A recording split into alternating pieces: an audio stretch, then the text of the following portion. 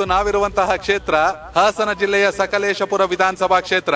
ಶಾಸಕರ ಸಂಕಲ್ಪ ಏನು, ಹಾಗೇನೆ ಮತದಾರರ ನಿರೀಕ್ಷೆ ಏನು? ಕಾಡು ಪ್ರಾಣಿಗಳ ಹಾವಳಿ ತುಂಬಾ ಜಾಸ್ತಿ ಆಗಿದೆ. ಅದೇ ಒಂದು ಮೆಡಿಕಲ್ ಕಾಲೇಜ್, ಒಂದು ಇಂಜಿನಿಯರಿಂಗ್ ಕಾಲೇಜ್ ಕೊಟ್ಬಿಟ್ಟು ಡಿಗ್ರಿ ಕಾಲೇಜ್ ಇದೆ, ಅದು ಇನ್ನೊಂದು ಸ್ವಲ್ಪ ಡೆವಲಪ್ ಮಾಡಿದ್ರೆ ಒಳ್ಳೇದು. ಯಾರೇ ಒಂದು ಫೋನ್ ಕಾಲ್ ಮಾಡಿದ್ರೆ ಅಕಸ್ಮಾತ್ ಅವ್ರು ರಿಸೀವ್ ಮಾಡ್ಲಿಲ್ಲ ಅಂದ್ರೆ ರಿಟರ್ನ್ ಮಾಡ್ತಾರೆ.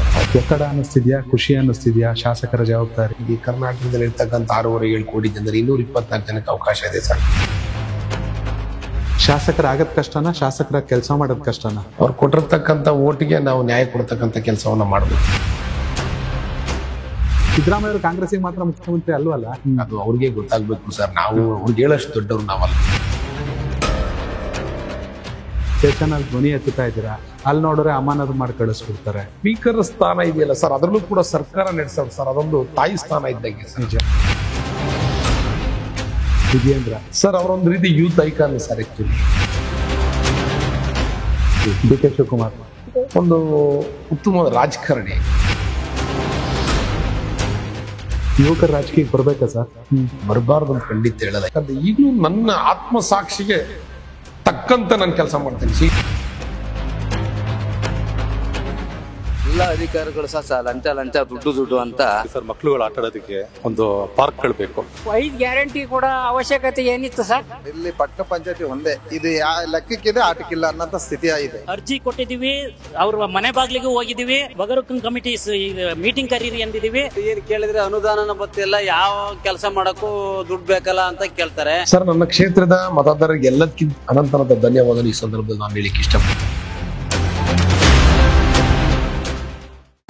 ಸಕಲೇಶಪುರ ವಿಧಾನಸಭಾ ಕ್ಷೇತ್ರ ಹಾಸನ ಜಿಲ್ಲೆಯಲ್ಲಿರುವ ಈ ಕ್ಷೇತ್ರ ವರ್ಷ ಪೂರ್ತಿ ಪ್ರವಾಸಿಗರನ್ನ ಆಕರ್ಷಿಸುವ ಅಪ್ಪಟ ಮಲೆನಾಡು ಪ್ರದೇಶ.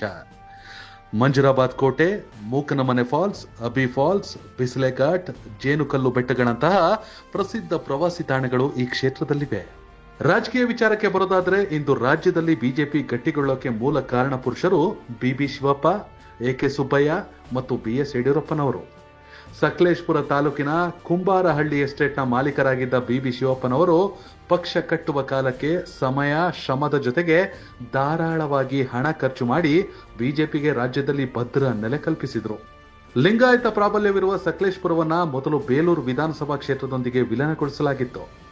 ಆ ನಂತರದಲ್ಲಿ 1962ರಲ್ಲಿ ಸಕಲೇಶಪುರ ಮತ್ತು ಆಲೂರು ಸೇರಿಸಿ ಪ್ರತ್ಯೇಕ ವಿಧಾನಸಭಾ ಕ್ಷೇತ್ರವನ್ನಾಗಿ ಮಾರ್ಪಾಡು ಮಾಡಲಾಯಿತು. ಮೊದಲಿನಿಂದಲೂ ಸಾಮಾನ್ಯ ಕ್ಷೇತ್ರವಾಗಿದ್ದ ಸಕಲೇಶಪುರ 2008ರಿಂದ ಮೀಸಲು ಕ್ಷೇತ್ರವಾಗಿ ಮಾರ್ಪಟ್ಟಿತ್ತು. ಬಿಬಿ ಶಿವಪ್ಪನವರು ಇಲ್ಲಿ 2 ಬಾರಿ ಗೆದ್ರೆ, ಎಚ್.ಕೆ. ಕುಮಾರಸ್ವಾಮಿ ಅವರನ್ನ 3 ಬಾರಿ ಇಲ್ಲಿನ ಜನ ವಿಧಾನಸೌಧಕ್ಕೆ ಕಳಿಸಿಕೊಟ್ಟಿದ್ದಾರೆ.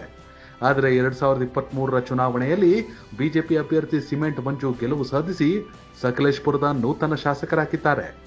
ಹಾಗಾದ್ರೆ ಸಕಲೇಶಪುರದ ಅಭಿವೃದ್ಧಿಗೆ ಶಾಸಕರಾದ ಸಿಮೆಂಟ್ ಮಂಜು ಅವರ ಸಂಕಲ್ಪ ಏನು, ಕ್ಷೇತ್ರದ ಮತದಾರರ ನಿರೀಕ್ಷೆ ಏನು ಅನ್ನೋದನ್ನ ನೋಡೋಣ ಕನೆಕ್ಟ್ ಕರ್ನಾಟಕ ಅರ್ಪಿಸುವ ಎಂಎಲ್ಎ ರಿಪೋರ್ಟ್ ಕಾರ್ಡ್ನ ಈ ಎಪಿಸೋಡ್ನಲ್ಲಿ.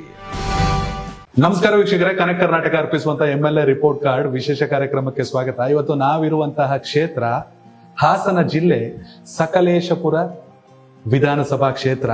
ಈ ಮೀಸಲು ಕ್ಷೇತ್ರದಲ್ಲಿ ಮೊದಲ ಬಾರಿಗೆ ವಿಧಾನಸೌಧಕ್ಕೆ ಎಂಟ್ರಿ ಕೊಟ್ಟಿದ್ದಾರೆ ಸಿಮೆಂಟ್ ಮಂಜು ಅವರು. ಅವ್ರನ್ನೇ ಮಾತಾಡ್ಸೋಣ. ಭೌಗೋಳಿಕವಾಗಿ, ನೈಸರ್ಗಿಕವಾಗಿ ಸಾಕಷ್ಟು ಸವಾಲ್ಗಳಿರುವಂತಹ ಕ್ಷೇತ್ರ. ಶಾಸಕರಿಗಿರೋ ಸವಾಲ್ ಏನು, ಅವ್ರನ್ನೇ ಮಾತಾಡ್ಸೋಣ. ಸರ್, ಕಾರ್ಯಕ್ರಮಕ್ಕೆ ಸ್ವಾಗತ. ನಮಸ್ತೆ ಸರ್. ಹೇಗಿದ್ದೀರಾ ಸರ್? ಚೆನ್ನಾಗಿದ್ದೀನಿ ಸರ್. ಹೇಗಿದೆ ಸಕಲೇಶಪುರ ಕಳೆದ 2 ವರ್ಷದಿಂದ? ಕಳೆದ 2 ವರ್ಷಗಳಿಂದ ಸಕಲೇಶಪುರದಲ್ಲಿ ಜನ ಬದಲಾವಣೆ ಬಯಸಿದ್ರು, ನಮ್ಮನ್ನು ಆಯ್ಕೆ ಮಾಡಿದ್ದಾರೆ. ನಾವು ಆಯ್ಕೆ ಆದ ನಂತರದಲ್ಲಿ ಜನಗಳಿಗೆ ಹತ್ತಿರದಿಂದ ಸಿಗ್ತಕ್ಕಂಥ ಕೆಲಸವನ್ನು ಮಾಡ್ತಾ ಇದೀವಿ. ಮುಖ್ಯವಾಗಿ ಆಬ್ವಿಯಸ್ಲಿ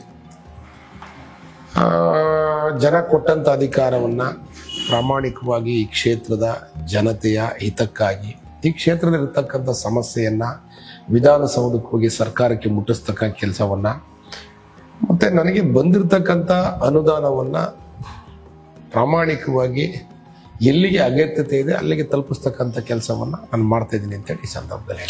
ಹಾಸನದ 7 ವಿಧಾನಸಭಾ ಕ್ಷೇತ್ರಗಳನ್ನ ತಗೊಂಡಾಗ ಸಕಲೇಶಪುರ ಒಂದಷ್ಟು ವಿಶಿಷ್ಟಗಳನ್ನ ಹೊಂದಿದೆ.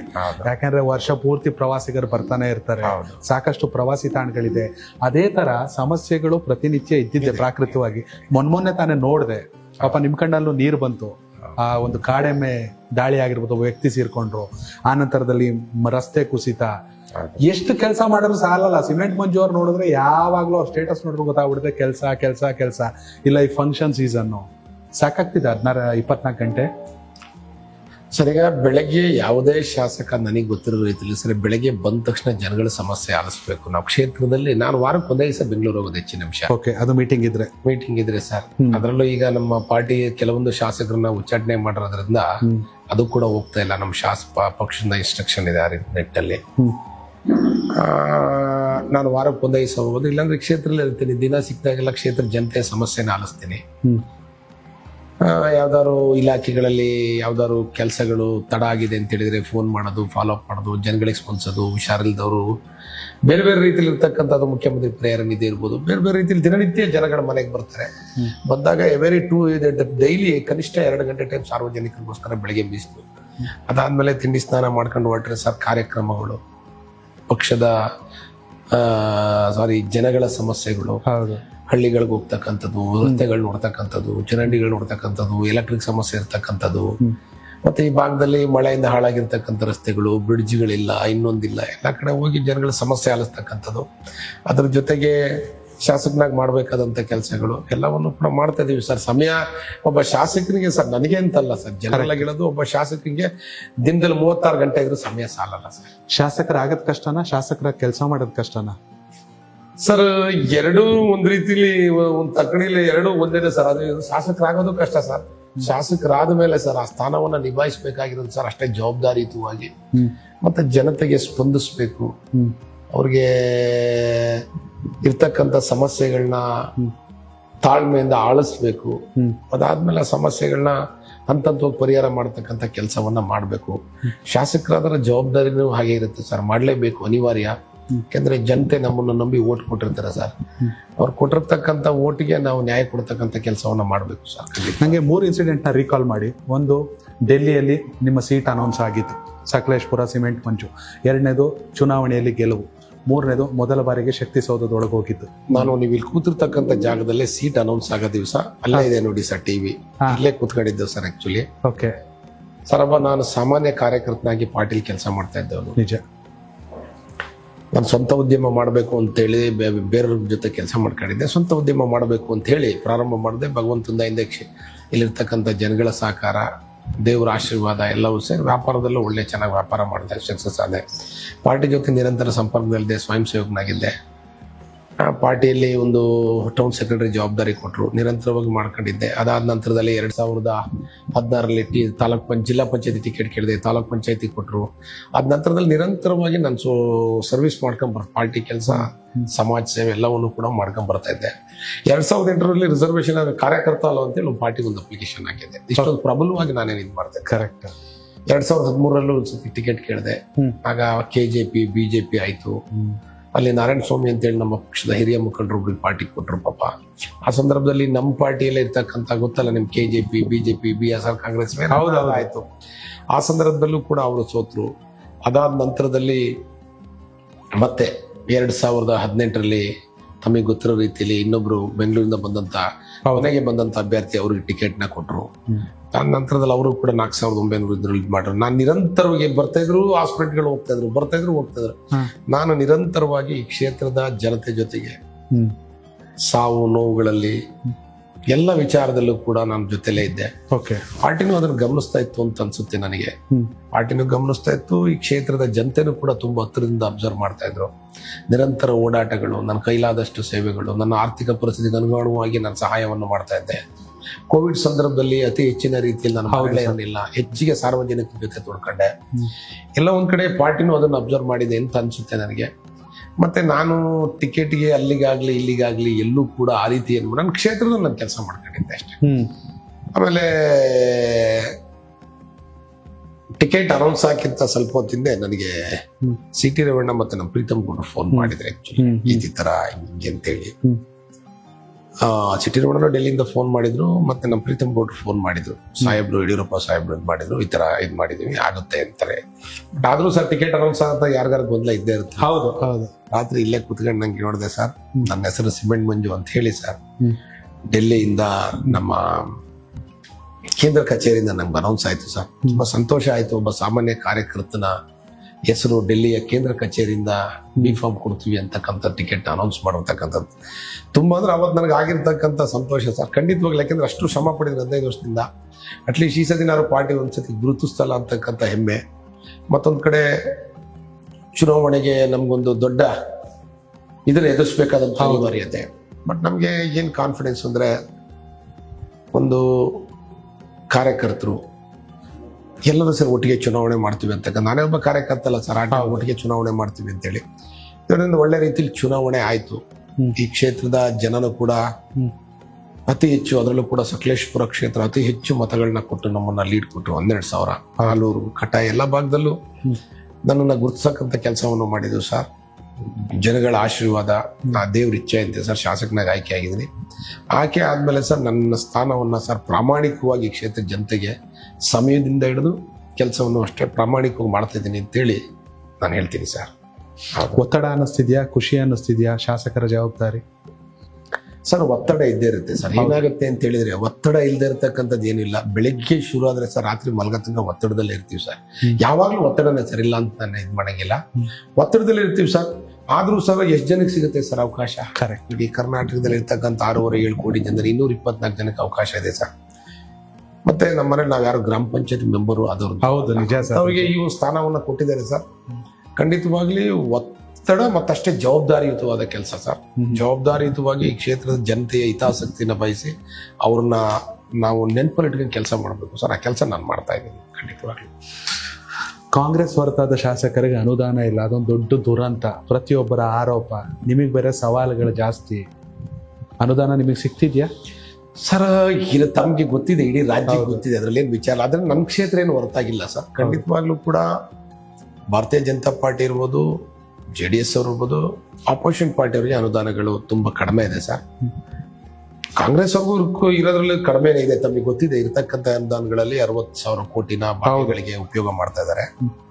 ಬಟ್ ನಾನೇನ್ ಮಾಡ್ತೀನಿ ಸರ್, ಇರ್ತಕ್ಕಂಥ ಅನುದಾನವನ್ನ ಭಾರಿ ಏನ್ ಹೇಳ್ತಾರೆ ಅಂತ ಹೇಳಿದ್ರೆ, ಒಂದು ಮನೆಯಲ್ಲಿ ಎಷ್ಟು ಬಜೆಟ್ ನ ಯಾವ ರೀತಿ ಮಿತವಾಗಿ ಬಳಸ್ತಾರೆ ಅಂತ ಹೇಳ್ತಾರಲ್ಲ ಸರ್, ಆ ದುಡ್ಡನ್ನು ಅಷ್ಟು ಮಿತವಾಗಿ 1 ಕಿಲೋಮೀಟರ್ ರಸ್ತೆ ಬೇಕು ಅಂದ್ರೆ ಸರ್ 1 ಕಿಲೋಮೀಟರ್ 500 ಮೀಟರ್ ಹಾಳಾಗಿದ್ರೆ ಕರೆಕ್ಟ್ ಆಗಿ ಅಷ್ಟೇ ರಸ್ತೆ, ಆ ರೀತಿ ಸಿಸ್ಟಮ್ಯಾಟಿಕ್ ಆಗಿ ಕೆಲಸ ಮಾಡ್ತೇನೆ ಸರ್.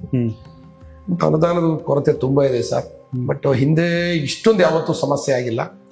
ಬಟ್ ಈ ರೀತಿ ಆಗಬಾರ್ದು. ನಾನು ಹೇಳೋದು, ಅವನು ಅಪೋಸಿಷನ್ ಇರ್ಬೋದು, ರೂಲಿಂಗ್ ಇರ್ಬೋದು, ಅಟ್ಲೀಸ್ಟ್ ಅವರಿಗೆ 100 ರೂಪಾಯಿ ಕೊಟ್ಟಂತ ಸಂದರ್ಭದಲ್ಲಿ ನಮ್ಗೆ 75 ರೂಪಾಯಿ ಕೊಡಬೇಕು ಸರ್. ಇದು ಪ್ರಜಾಪ್ರಭುತ್ವದ ವ್ಯವಸ್ಥೆ. ರಾಜ್ಯದಲ್ಲಿ ಮ್ಯಾಂಡೇಟ್ ಅವ್ರಿಗೆ ಕೊಟ್ಟಿದ್ರೆ, ವಿಧಾನಸಭಾ ಕ್ಷೇತ್ರ ನಮಗೆ ಕೊಟ್ಟಿದ್ದಾರೆ.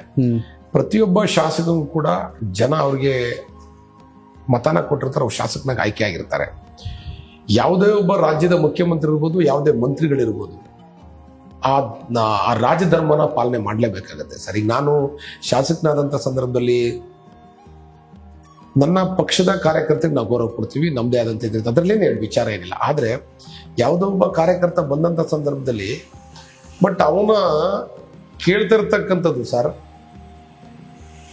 ನಿಜವಾಗ್ಲೂ ಕೂಡ ಜಿನಿಯನ್ ಇದೆ ಅಂದಂತ ಸಂದರ್ಭದಲ್ಲಿ ನಾವು ಆ ಸಮಸ್ಯೆಗೆ ಸ್ಪಂದಿಸಲೇಬೇಕಾಗುತ್ತೆ ಸರ್. ಈ ಸ್ಥಾನದಲ್ಲಿ ಕೂತ್ಬಿಟ್ಟು ಹಾಗೆ ಮುಖ್ಯಮಂತ್ರಿಗಳಿರ್ಬೋದು, ಉಪಮುಖ್ಯಮಂತ್ರಿಗಳಿರ್ಬೋದು, ಯಾವುದೇ ಮಂತ್ರಿಗಳಿರ್ಬೋದು, ಆ ಕ್ಷೇತ್ರದಲ್ಲಿ ನಿಜವಾಗ್ಲೂ ಆ ಸಮಸ್ಯೆ ಇದೆ ಅಂತಂದ ಸಂದರ್ಭದಲ್ಲಿ ಸರ್ ಸ್ಪಂದಿಸಬೇಕಾದಂತ ಜವಾಬ್ದಾರಿ ಯಾವುದೇ ರಾಜ್ಯ ಸರ್ಕಾರಕ್ಕೆ ಇರುತ್ತೆ ಸರ್. ನಾನು ಹೇಳೋದು ನನ್ನ ಅಭಿಪ್ರಾಯ ಸರ್. ಆಕ್ಚುಲಿ ರಾಜಧರ್ಮ ಪಾಲನೆ ಮಾಡಬೇಕು. ಹೌದೌದು. ಫಸ್ಟ್ ಟೈಮ್ ಗೆದ್ದಿರೋ MLA ಸಹಕಾರ ಇದೆಯಾ ಸಚಿವರುಗಳಿಂದ, ಉಸ್ತುವಾರಿ ಸಚಿವರಿಂದ, ಸರ್ಕಾರದಿಂದ? ಸಿದ್ದರಾಮಯ್ಯ ಅವರು ಕಾಂಗ್ರೆಸ್ಗೆ ಮಾತ್ರ ಮುಖ್ಯಮಂತ್ರಿ ಅಲ್ವಲ್ಲ, ಇಡೀ ರಾಜ್ಯಕ್ಕೆ ಮುಖ್ಯಮಂತ್ರಿ. ಇಡೀ ರಾಜ್ಯಕ್ಕೆ ಮುಖ್ಯಮಂತ್ರಿ, ಅದು ಅವ್ರಿಗೆ ಗೊತ್ತಾಗ್ಬೇಕು ಸರ್. ನಾವು ಅವ್ರಿಗೆ ಹೇಳಷ್ಟು ದೊಡ್ಡವ್ರು ನಾವಲ್ಲ. ನಾವೆಲ್ಲ ಮೊದಲ ಬಾರಿ ಆಯ್ಕೆ ಆಗಂತ ಶಾಸಕರು, ಅವರು 2 ಬಾರಿ ಮುಖ್ಯಮಂತ್ರಿ ಆಗ್ತಿರ್ತಕ್ಕಂಥವ್ರು. ನಿಜವಾಗ್ಲೂ ಕೂಡ ವಿರೋಧ ಪಕ್ಷದ ಶಾಸಕರು ಕೂಡ ಶಾಸಕರೇ. ಹೌದು. ರೂಲಿಂಗ್ ಪಾರ್ಟಿಯಲ್ಲಿ ಇರ್ತಕ್ಕಂಥ ಶಾಸಕರು ಕೂಡ ಶಾಸಕರೇ. ಆದ್ರೆ ಈ ಬಾರಿ ಅನುದಾನದಲ್ಲಿ ರೂಲಿಂಗ್ ಪಾರ್ಟಿಯವರು ಕಡಿಮೆ ಇದೆ, ಅದರಲ್ಲಿ ನಾನು ಇಲ್ಲ ಅಂತ ನಾನು ಹೇಳ್ತಾ ಇಲ್ಲ. ಆದ್ರೂ ಸಮೇತ ಎಲ್ಲರನ್ನು ವಿಶ್ವಾಸಕ್ಕೆ ತಗೊಂಡು ಕೆಲಸ ಮಾಡಬೇಕು ಅಂತಕ್ಕಂಥ ನಮ್ಮ ಅಭಿಪ್ರಾಯ. ಯಾವುದೇ ಸರ್ಕಾರಗಳಿರ್ಬೋದು ಸರ್, ಜನ ನಮ್ಗೆ ಆಯ್ಕೆ ಮಾಡಿ ಕಳಿಸಿದ್ಮೇಲೆ ವಿಧಾನಸೌಧದಲ್ಲಿ ಎಲ್ಲರೂ ಶಾಸಕರೇ. ಇಲ್ಲಿ ಪ್ರತಿಯೊಬ್ಬ 224 ಜನ ಒಂದೇ ಪಾರ್ಟಿಲಿ ಗೆಲ್ಲಿಕ್ಕೆ ಸಾಧ್ಯ ಇಲ್ಲ. ಹಿಂದಿಂದ ಯಾವತ್ತೂ ಗೆದ್ದಿಲ್ಲ, ಮುಂದೆನೂ ಗೆಲ್ಲಿಕ್ಕೆ ಸಾಧ್ಯ ಇಲ್ಲ. ಜನ ಕೊಟ್ಟಿರ್ತಕ್ಕಂಥ ಮ್ಯಾಂಡೇಟ್ ನ ಯಾವುದೇ ಸರ್ಕಾರಗಳು ಗೌರವಿಸಬೇಕು ಅಂತ ನಾನು ಈ ಸಂದರ್ಭದಲ್ಲಿ ಹೇಳ್ತೀನಿ ಸರ್.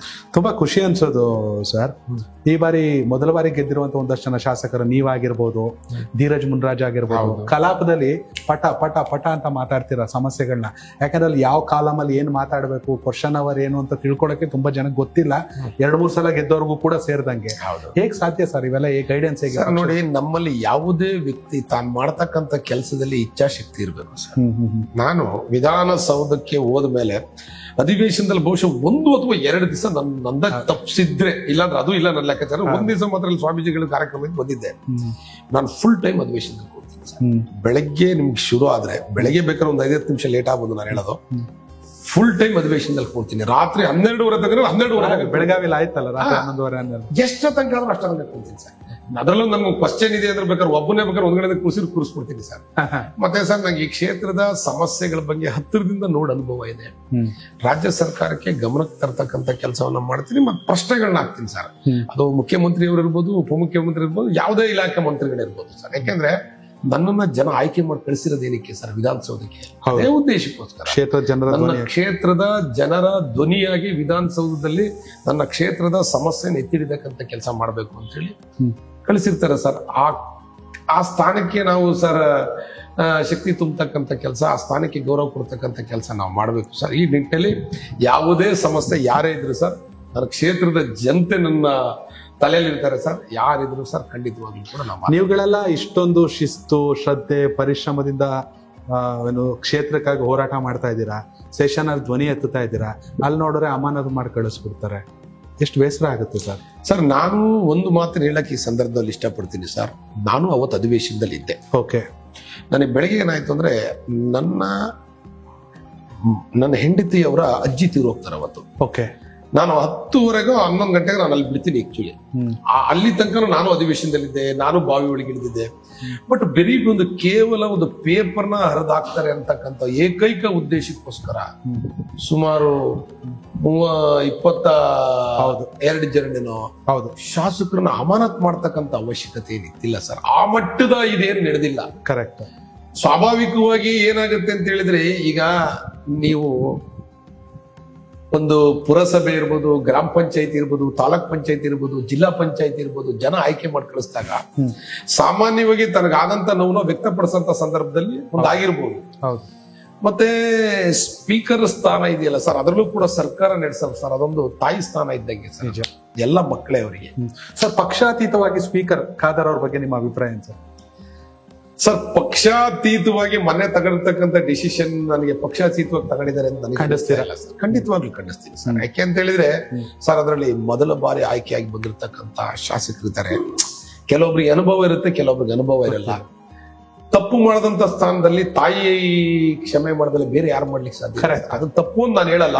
ನಾನು ಹೇಳೋದು ಫಾರ್ ಎಕ್ಸಾಂಪಲ್ ಸರ್, ವ್ಯತ್ಯಾಸಗಳಾಗಿದ್ರು ಸರ್, ತಾಯಿ ಸ್ಥಾನದಲ್ಲಿ ನಿಂತ್ಕೊಂಡು ಸರ್ ಅಟ್ಲೀಸ್ಟ್ 1 ವಾರ ಅಮಾನತ್ ಮಾಡೋದು ನನಗೆ ಬೇಜಾರಲ್ಲ. 6 ತಿಂಗಳ ಕಾಲ ಅಮಾನತ್ ಮಾಡೋದ್ರೆ ಸರ್, ಜನ ಕೊಟ್ಟಿರ್ತಕ್ಕಂಥ ಓಟಿಗೆ ಗೌರವ ಏನ್ ಬಂತು ಸರ್? ನಿಜ.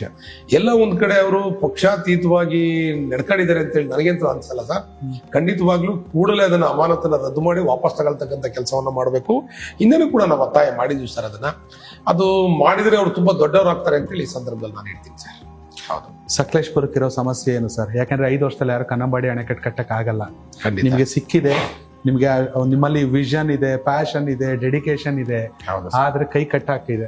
ಸಕಲೇಶ್ಪುರಕ್ಕೆ 2 ವರ್ಷ ಆಗೋಯ್ತು ಸರ್ಕಾರದ, ಇನ್ 3 ವರ್ಷ ಇದೆ ಇನ್ನೊಂದು ಚುನಾವಣೆಗೆ. ಇನ್ನು 1-1.5 ವರ್ಷಕ್ಕೆ ಚುನಾವಣೆದು ಹವಾ ಶುರು ಆಗ್ಬಿಡುತ್ತೆ. ಏನ್ ಮಾಡ್ಬೇಕು ಸರ್? ಅಟ್ಲೀಸ್ಟ್ ಏನ್ ಆಗ್ಬೇಕು ಸಕಲೇಶ್ಪುರ? ಸರ್, ಈಗ ಸಕಲೇಶ್ಪುರದಲ್ಲಿ ಮುಖ್ಯವಾಗಿ ಈ ಭಾಗದ ಬೆಳೆಗಾರರಿಗೆ ಹಲವಾರು ಸಮಸ್ಯೆಗಳಿದಾವೆ. ನಾನು ನಿರಂತರವಾಗಿ ಅದು ಸರ್ಕಾರದ ಗಮನಕ್ಕೆ ತರಲಿಕ್ಕೆ ಪ್ರಯತ್ನ ಮಾಡಿದ್ದೀನಿ. ಎಲ್ಲದಕ್ಕಿಂತ ಮುಖ್ಯವಾಗಿ ಸರ್, ಈ ಭಾಗದಲ್ಲಿ ಕಾಡಾನೆ ಸಮಸ್ಯೆಗಳು ತುಂಬಾ ಇದಾವೆ.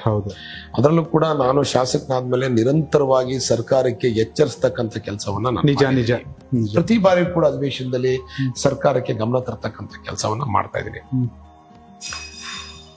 ಆನೆಗೆ ಏನಾದ್ರೂ ಒಂದು ಅಂತ್ಯ ಆಡ್ಲೇಬೇಕು. 100% ಪರಿಹಾರ ಮಾಡ್ತೀವಿ ಅಂತ ಹೇಳಕ್ ನಾನು ಸಾಧ್ಯ ಇಲ್ಲ, ಯಾರು ಮಾಡ್ಲಿಕ್ಕೆ ಆಗಲ್ಲ. ಒಂದು 90% ಆದ್ರೂ ಕೂಡ ಪರಿಹಾರ ಮಾಡ್ತಕ್ಕಂಥ ಕೆಲಸವನ್ನ ಮಾಡಬೇಕು. ಸರ್ಕಾರ ಶಾಸಕರ ಜೊತೆ ಕೂರ್ಬೇಕು, ಅಧಿಕಾರಿಗಳ ಜೊತೆ ಕೂರ್ಬೇಕು, ಬೆಳೆಗಾರರ ಜೊತೆ ಕೂರ್ಬೇಕು, ಈ ಸಂಘಟನೆಯವ್ರ ಜೊತೆ ಕೂತು ಚರ್ಚೆ ಮಾಡ್ಬೇಕು. ಯಾವ ರೀತಿ ಮಾಡಿದ್ರೆ ಪರಿಹಾರ. ಬಟ್ ಒಂದೇಂದ್ರೂ ಸತ್ಯ ಹೇಳ್ತೀನಿ ಸರ್, ಪ್ರತಿಯೊಂದು ಸಮಸ್ಯೆಗೂ ಪರಿಹಾರ ಇದೆ. ಹೌದು, ಕೂತು ಚರ್ಚೆ ಮಾಡಿ ಅದನ್ನ ಸಮಸ್ಯೆ ಪರಿಹಾರ ಮಾಡ್ಬೇಕು ಅಂತಕ್ಕಂಥ ಇಚ್ಛಾಶಕ್ತಿ ಇಟ್ಕೊಂಡು ಸರ್ಕಾರಗಳು ಕೆಲಸ ಮಾಡಿದ್ರೆ ಸರ್ ಖಂಡಿತವಾಗ್ಲೂ ಮಾಡ್ಬೋದು ಸರ್. ಸ್ವಲ್ಪ ಕಷ್ಟ ಅಂತ ಅನ್ನಿಸ್ಬೋದು, ಮಾಡ್ಲಿಕ್ಕೆ ಅವಕಾಶ ಇದೆ. ಇದಕ್ಕೂ ಕೂಡ ಸಾಲ್ವೇಷನ್ ಇದೆ. ಹಲವಾರು ರಾಷ್ಟ್ರಗಳಲ್ಲಿ ಆನೆಗಳ ಸಮಸ್ಯೆ ಇದೆ, ಹಲವಾರು ರಾಜ್ಯಗಳ ಆನೆ ಸಮಸ್ಯೆ ಇದೆ. ಬಟ್ ಎಲ್ಲರೂ ಕೂಡ ಒಂದ್ ಹಂತದಲ್ಲಿ ಏನೋ ಒಂದ್ ರೀತಿ ಮಾಡಕ್ ಹೊರಟಿದ್ದಾರೆ ಅಂತಕ್ಕಂಥದ್ದು ನನಗೂ ಗೊತ್ತಿರೋ ಮಾಹಿತಿ. ಬಟ್ ಮಾಡ್ಬೋದು ಸರ್. ಮುಖ್ಯವಾಗಿ ಕಾಡಾನೆ ಸಮಸ್ಯೆನ ಪರಿಹಾರ ಮಾಡಿ ಈ ಭಾಗದ ಕಾರ್ಮಿಕರು, ರೈತರು, ಬೆಳೆಗಾರರ ಜೀವ ಉಳಿಸ್ಬೇಕಾದ್ರೆ ನಮ್ಮ ಜವಾಬ್ದಾರಿ ಇದೆ ಸರ್. ಮೊದಲನೇಗೆ ಅದಕ್ಕೆ ಆದ್ಯತೆಯನ್ನು ಕೊಡ್ಬೇಕು ಸರ್. ಎರಡನೇ ವಿಚಾರ ಸರ್, ಈ ಭಾಗದಲ್ಲಿ ಪ್ರವಾಸೋದ್ಯಮವನ್ನ ಅಭಿವೃದ್ಧಿ ಮಾಡಬೇಕು ಅಂತಕ್ಕಂಥ ಇಚ್ಛಾಶಕ್ತಿ ಇದೆ ಸರ್. ಭಗವಂತ ಕೊಟ್ಟಿರ್ತಕ್ಕಂಥ ಪ್ರಾಕೃತಿಕ ಸೌಂದರ್ಯ ಸಕಲೇಶಪುರದಲ್ಲಿದೆ. ಒಂದ್ ರೀತಿ ಸ್ವಿಟ್ಜರ್ಲೆಂಡ್ ಅಂತ ಹೇಳಿದ್ರು ಖಂಡಿತ ಆಗಲ್ಲ. ಅಲ್ಲಿ ಸ್ನೋ ಬೀಳುತ್ತೆ, ಇಲ್ಲಿ ಬೀಳಲ್ಲ ಅಷ್ಟೇ. ಬಟ್ ಪ್ರಕೃತಿ ಸೌಂದರ್ಯ ತುಂಬಾ ಚೆನ್ನಾಗಿದೆ ಸರ್. ಆಕ್ಚುಲಿ ಇಲ್ಲಿ ನಾನು ಈ ಸರ್ಕಾರ ಬಂದ ನಂತರದಲ್ಲಿ ನಾನು ಮಾನ್ಯ HK ಪಾಟೀಲ್ ಅವರಿಗೆ ಹೆಚ್ಚು ಕಮ್ಮಿ ಒಂದು 5-6 ಲೆಟರ್ಗಳನ್ನ ಈ ಡೆವಲಪ್ಮೆಂಟ್ ದೃಷ್ಟಿಯಿಂದ ಕೊಟ್ಟಿದ್ದೀನಿ. ಇವತ್ತಂಕ ಯಾವುದೇ ₹1 ಹಣವನ್ನು ಬಿಡುಗಡೆ ಮಾಡಿಲ್ಲ ಪ್ರವಾಸೋದ್ಯಮ ಇಲಾಖೆ ಅಂತ. ಬಟ್ ಈ ಸತಿ ಏನೋ ಮಾಡ್ತೀನಿ, ಹಂಗ್ ಮಾಡ್ತೀನಿ, ಹಿಂಗ್ ಮಾಡ್ತೀನಿ ಅಂತ ಹೇಳ್ತಿದ್ದಾರೆ. ಯಾಕಂದ್ರೆ ಸರ್, ಈ ಭಾಗದಲ್ಲಿ ಹಲವಾರು ಜನ ಹೋಮ್ ಸ್ಟೇ ರೆಸಾರ್ಟ್ ನ ಮಾಡ್ಕೊಂಡಿದ್ದಾರೆ. ಹೌದು, ಇಲ್ಲಿ ತುಂಬಾ ಪ್ರವಾಸಿಗ ಸ್ಥಳಗಳಿದಾವೆ, ಅಲ್ಲಿಗೆ ಮೂಲಭೂತ ಸೌಕರ್ಯಗಳಿಲ್ಲ. ಮೂಲಭೂತ ಸೌಕರ್ಯ ಇಲ್ಲ ಅಂದ್ರೆ ಅಲ್ಲಿ ಎಲ್ಲಿ ಹೋಗ್ಲಿಕ್ಕೆ ಸಾಧ್ಯ? ಅಲ್ಲಿ ಹೋದಾಗ ವಾಶ್ರೂಮ್ ವ್ಯವಸ್ಥೆ ಇರ್ಬೋದು, ಮೇಲ್ಗಡೆ ಹೋಗ್ಲಿಕ್ಕೆ ವ್ಯವಸ್ಥೆಗಳಿರ್ಬೋದು, ಪಾರ್ಕಿಂಗ್ ವ್ಯವಸ್ಥೆಗಳಿರ್ಬೋದು, ಎಲ್ಲ ರೀತಿಯ ಮೂಲಭೂತ ಸೌಕರ್ಯಗಳನ್ನ ಕೊಡಬೇಕು. ಬಟ್ ಸರ್ಕಾರಗಳು ಸ್ಪಂದಿಸ್ತಾ ಇಲ್ಲ. ನಾನೀಗ ಹಲವಾರು ಜಾಗಗಳನ್ನ ಗುರ್ತು ಮಾಡಿದ್ರಿ, ಹಲವಾರು ಬೆಟ್ಟಗಳಿರ್ಬೋದು, ಒಳ್ಳೊಳ್ಳೆ ಬ್ಯೂಟಿ ಸ್ಪಾಟ್ಗಳಿರ್ಬೋದು, ಪುರಾತನವಾದ ದೇವಾಲಯಗಳಿರ್ಬೋದು, ಹಲವಾರು ಪ್ಲೇಸ್ಗಳನ್ನ ಗುರ್ತು ಮಾಡಿ ಕೊಟ್ಟಿದ್ದೀನಿ. ಬಟ್ ಸರ್ಕಾರದ ಯಾವುದೇ ಸ್ಪಂದನೆ ಕೂಡ ಸಿಗ್ತಾ ಇಲ್ಲ ನಮ್ಗೆ. ಟೂರಿಸಂ ಡೆವಲಪ್ಮೆಂಟ್ ಆದ್ರೆ ಸರ್ ಡೈರೆಕ್ಟ್ಲಿ ಇಂಡೈರೆಕ್ಟ್ಲಿ ಸರ್ ಹೆಚ್ಚು ಕಮ್ಮಿ 1,000-2,000 ಜನಕ್ಕೆ ಕೆಲಸ ಸಿಗುತ್ತೆ.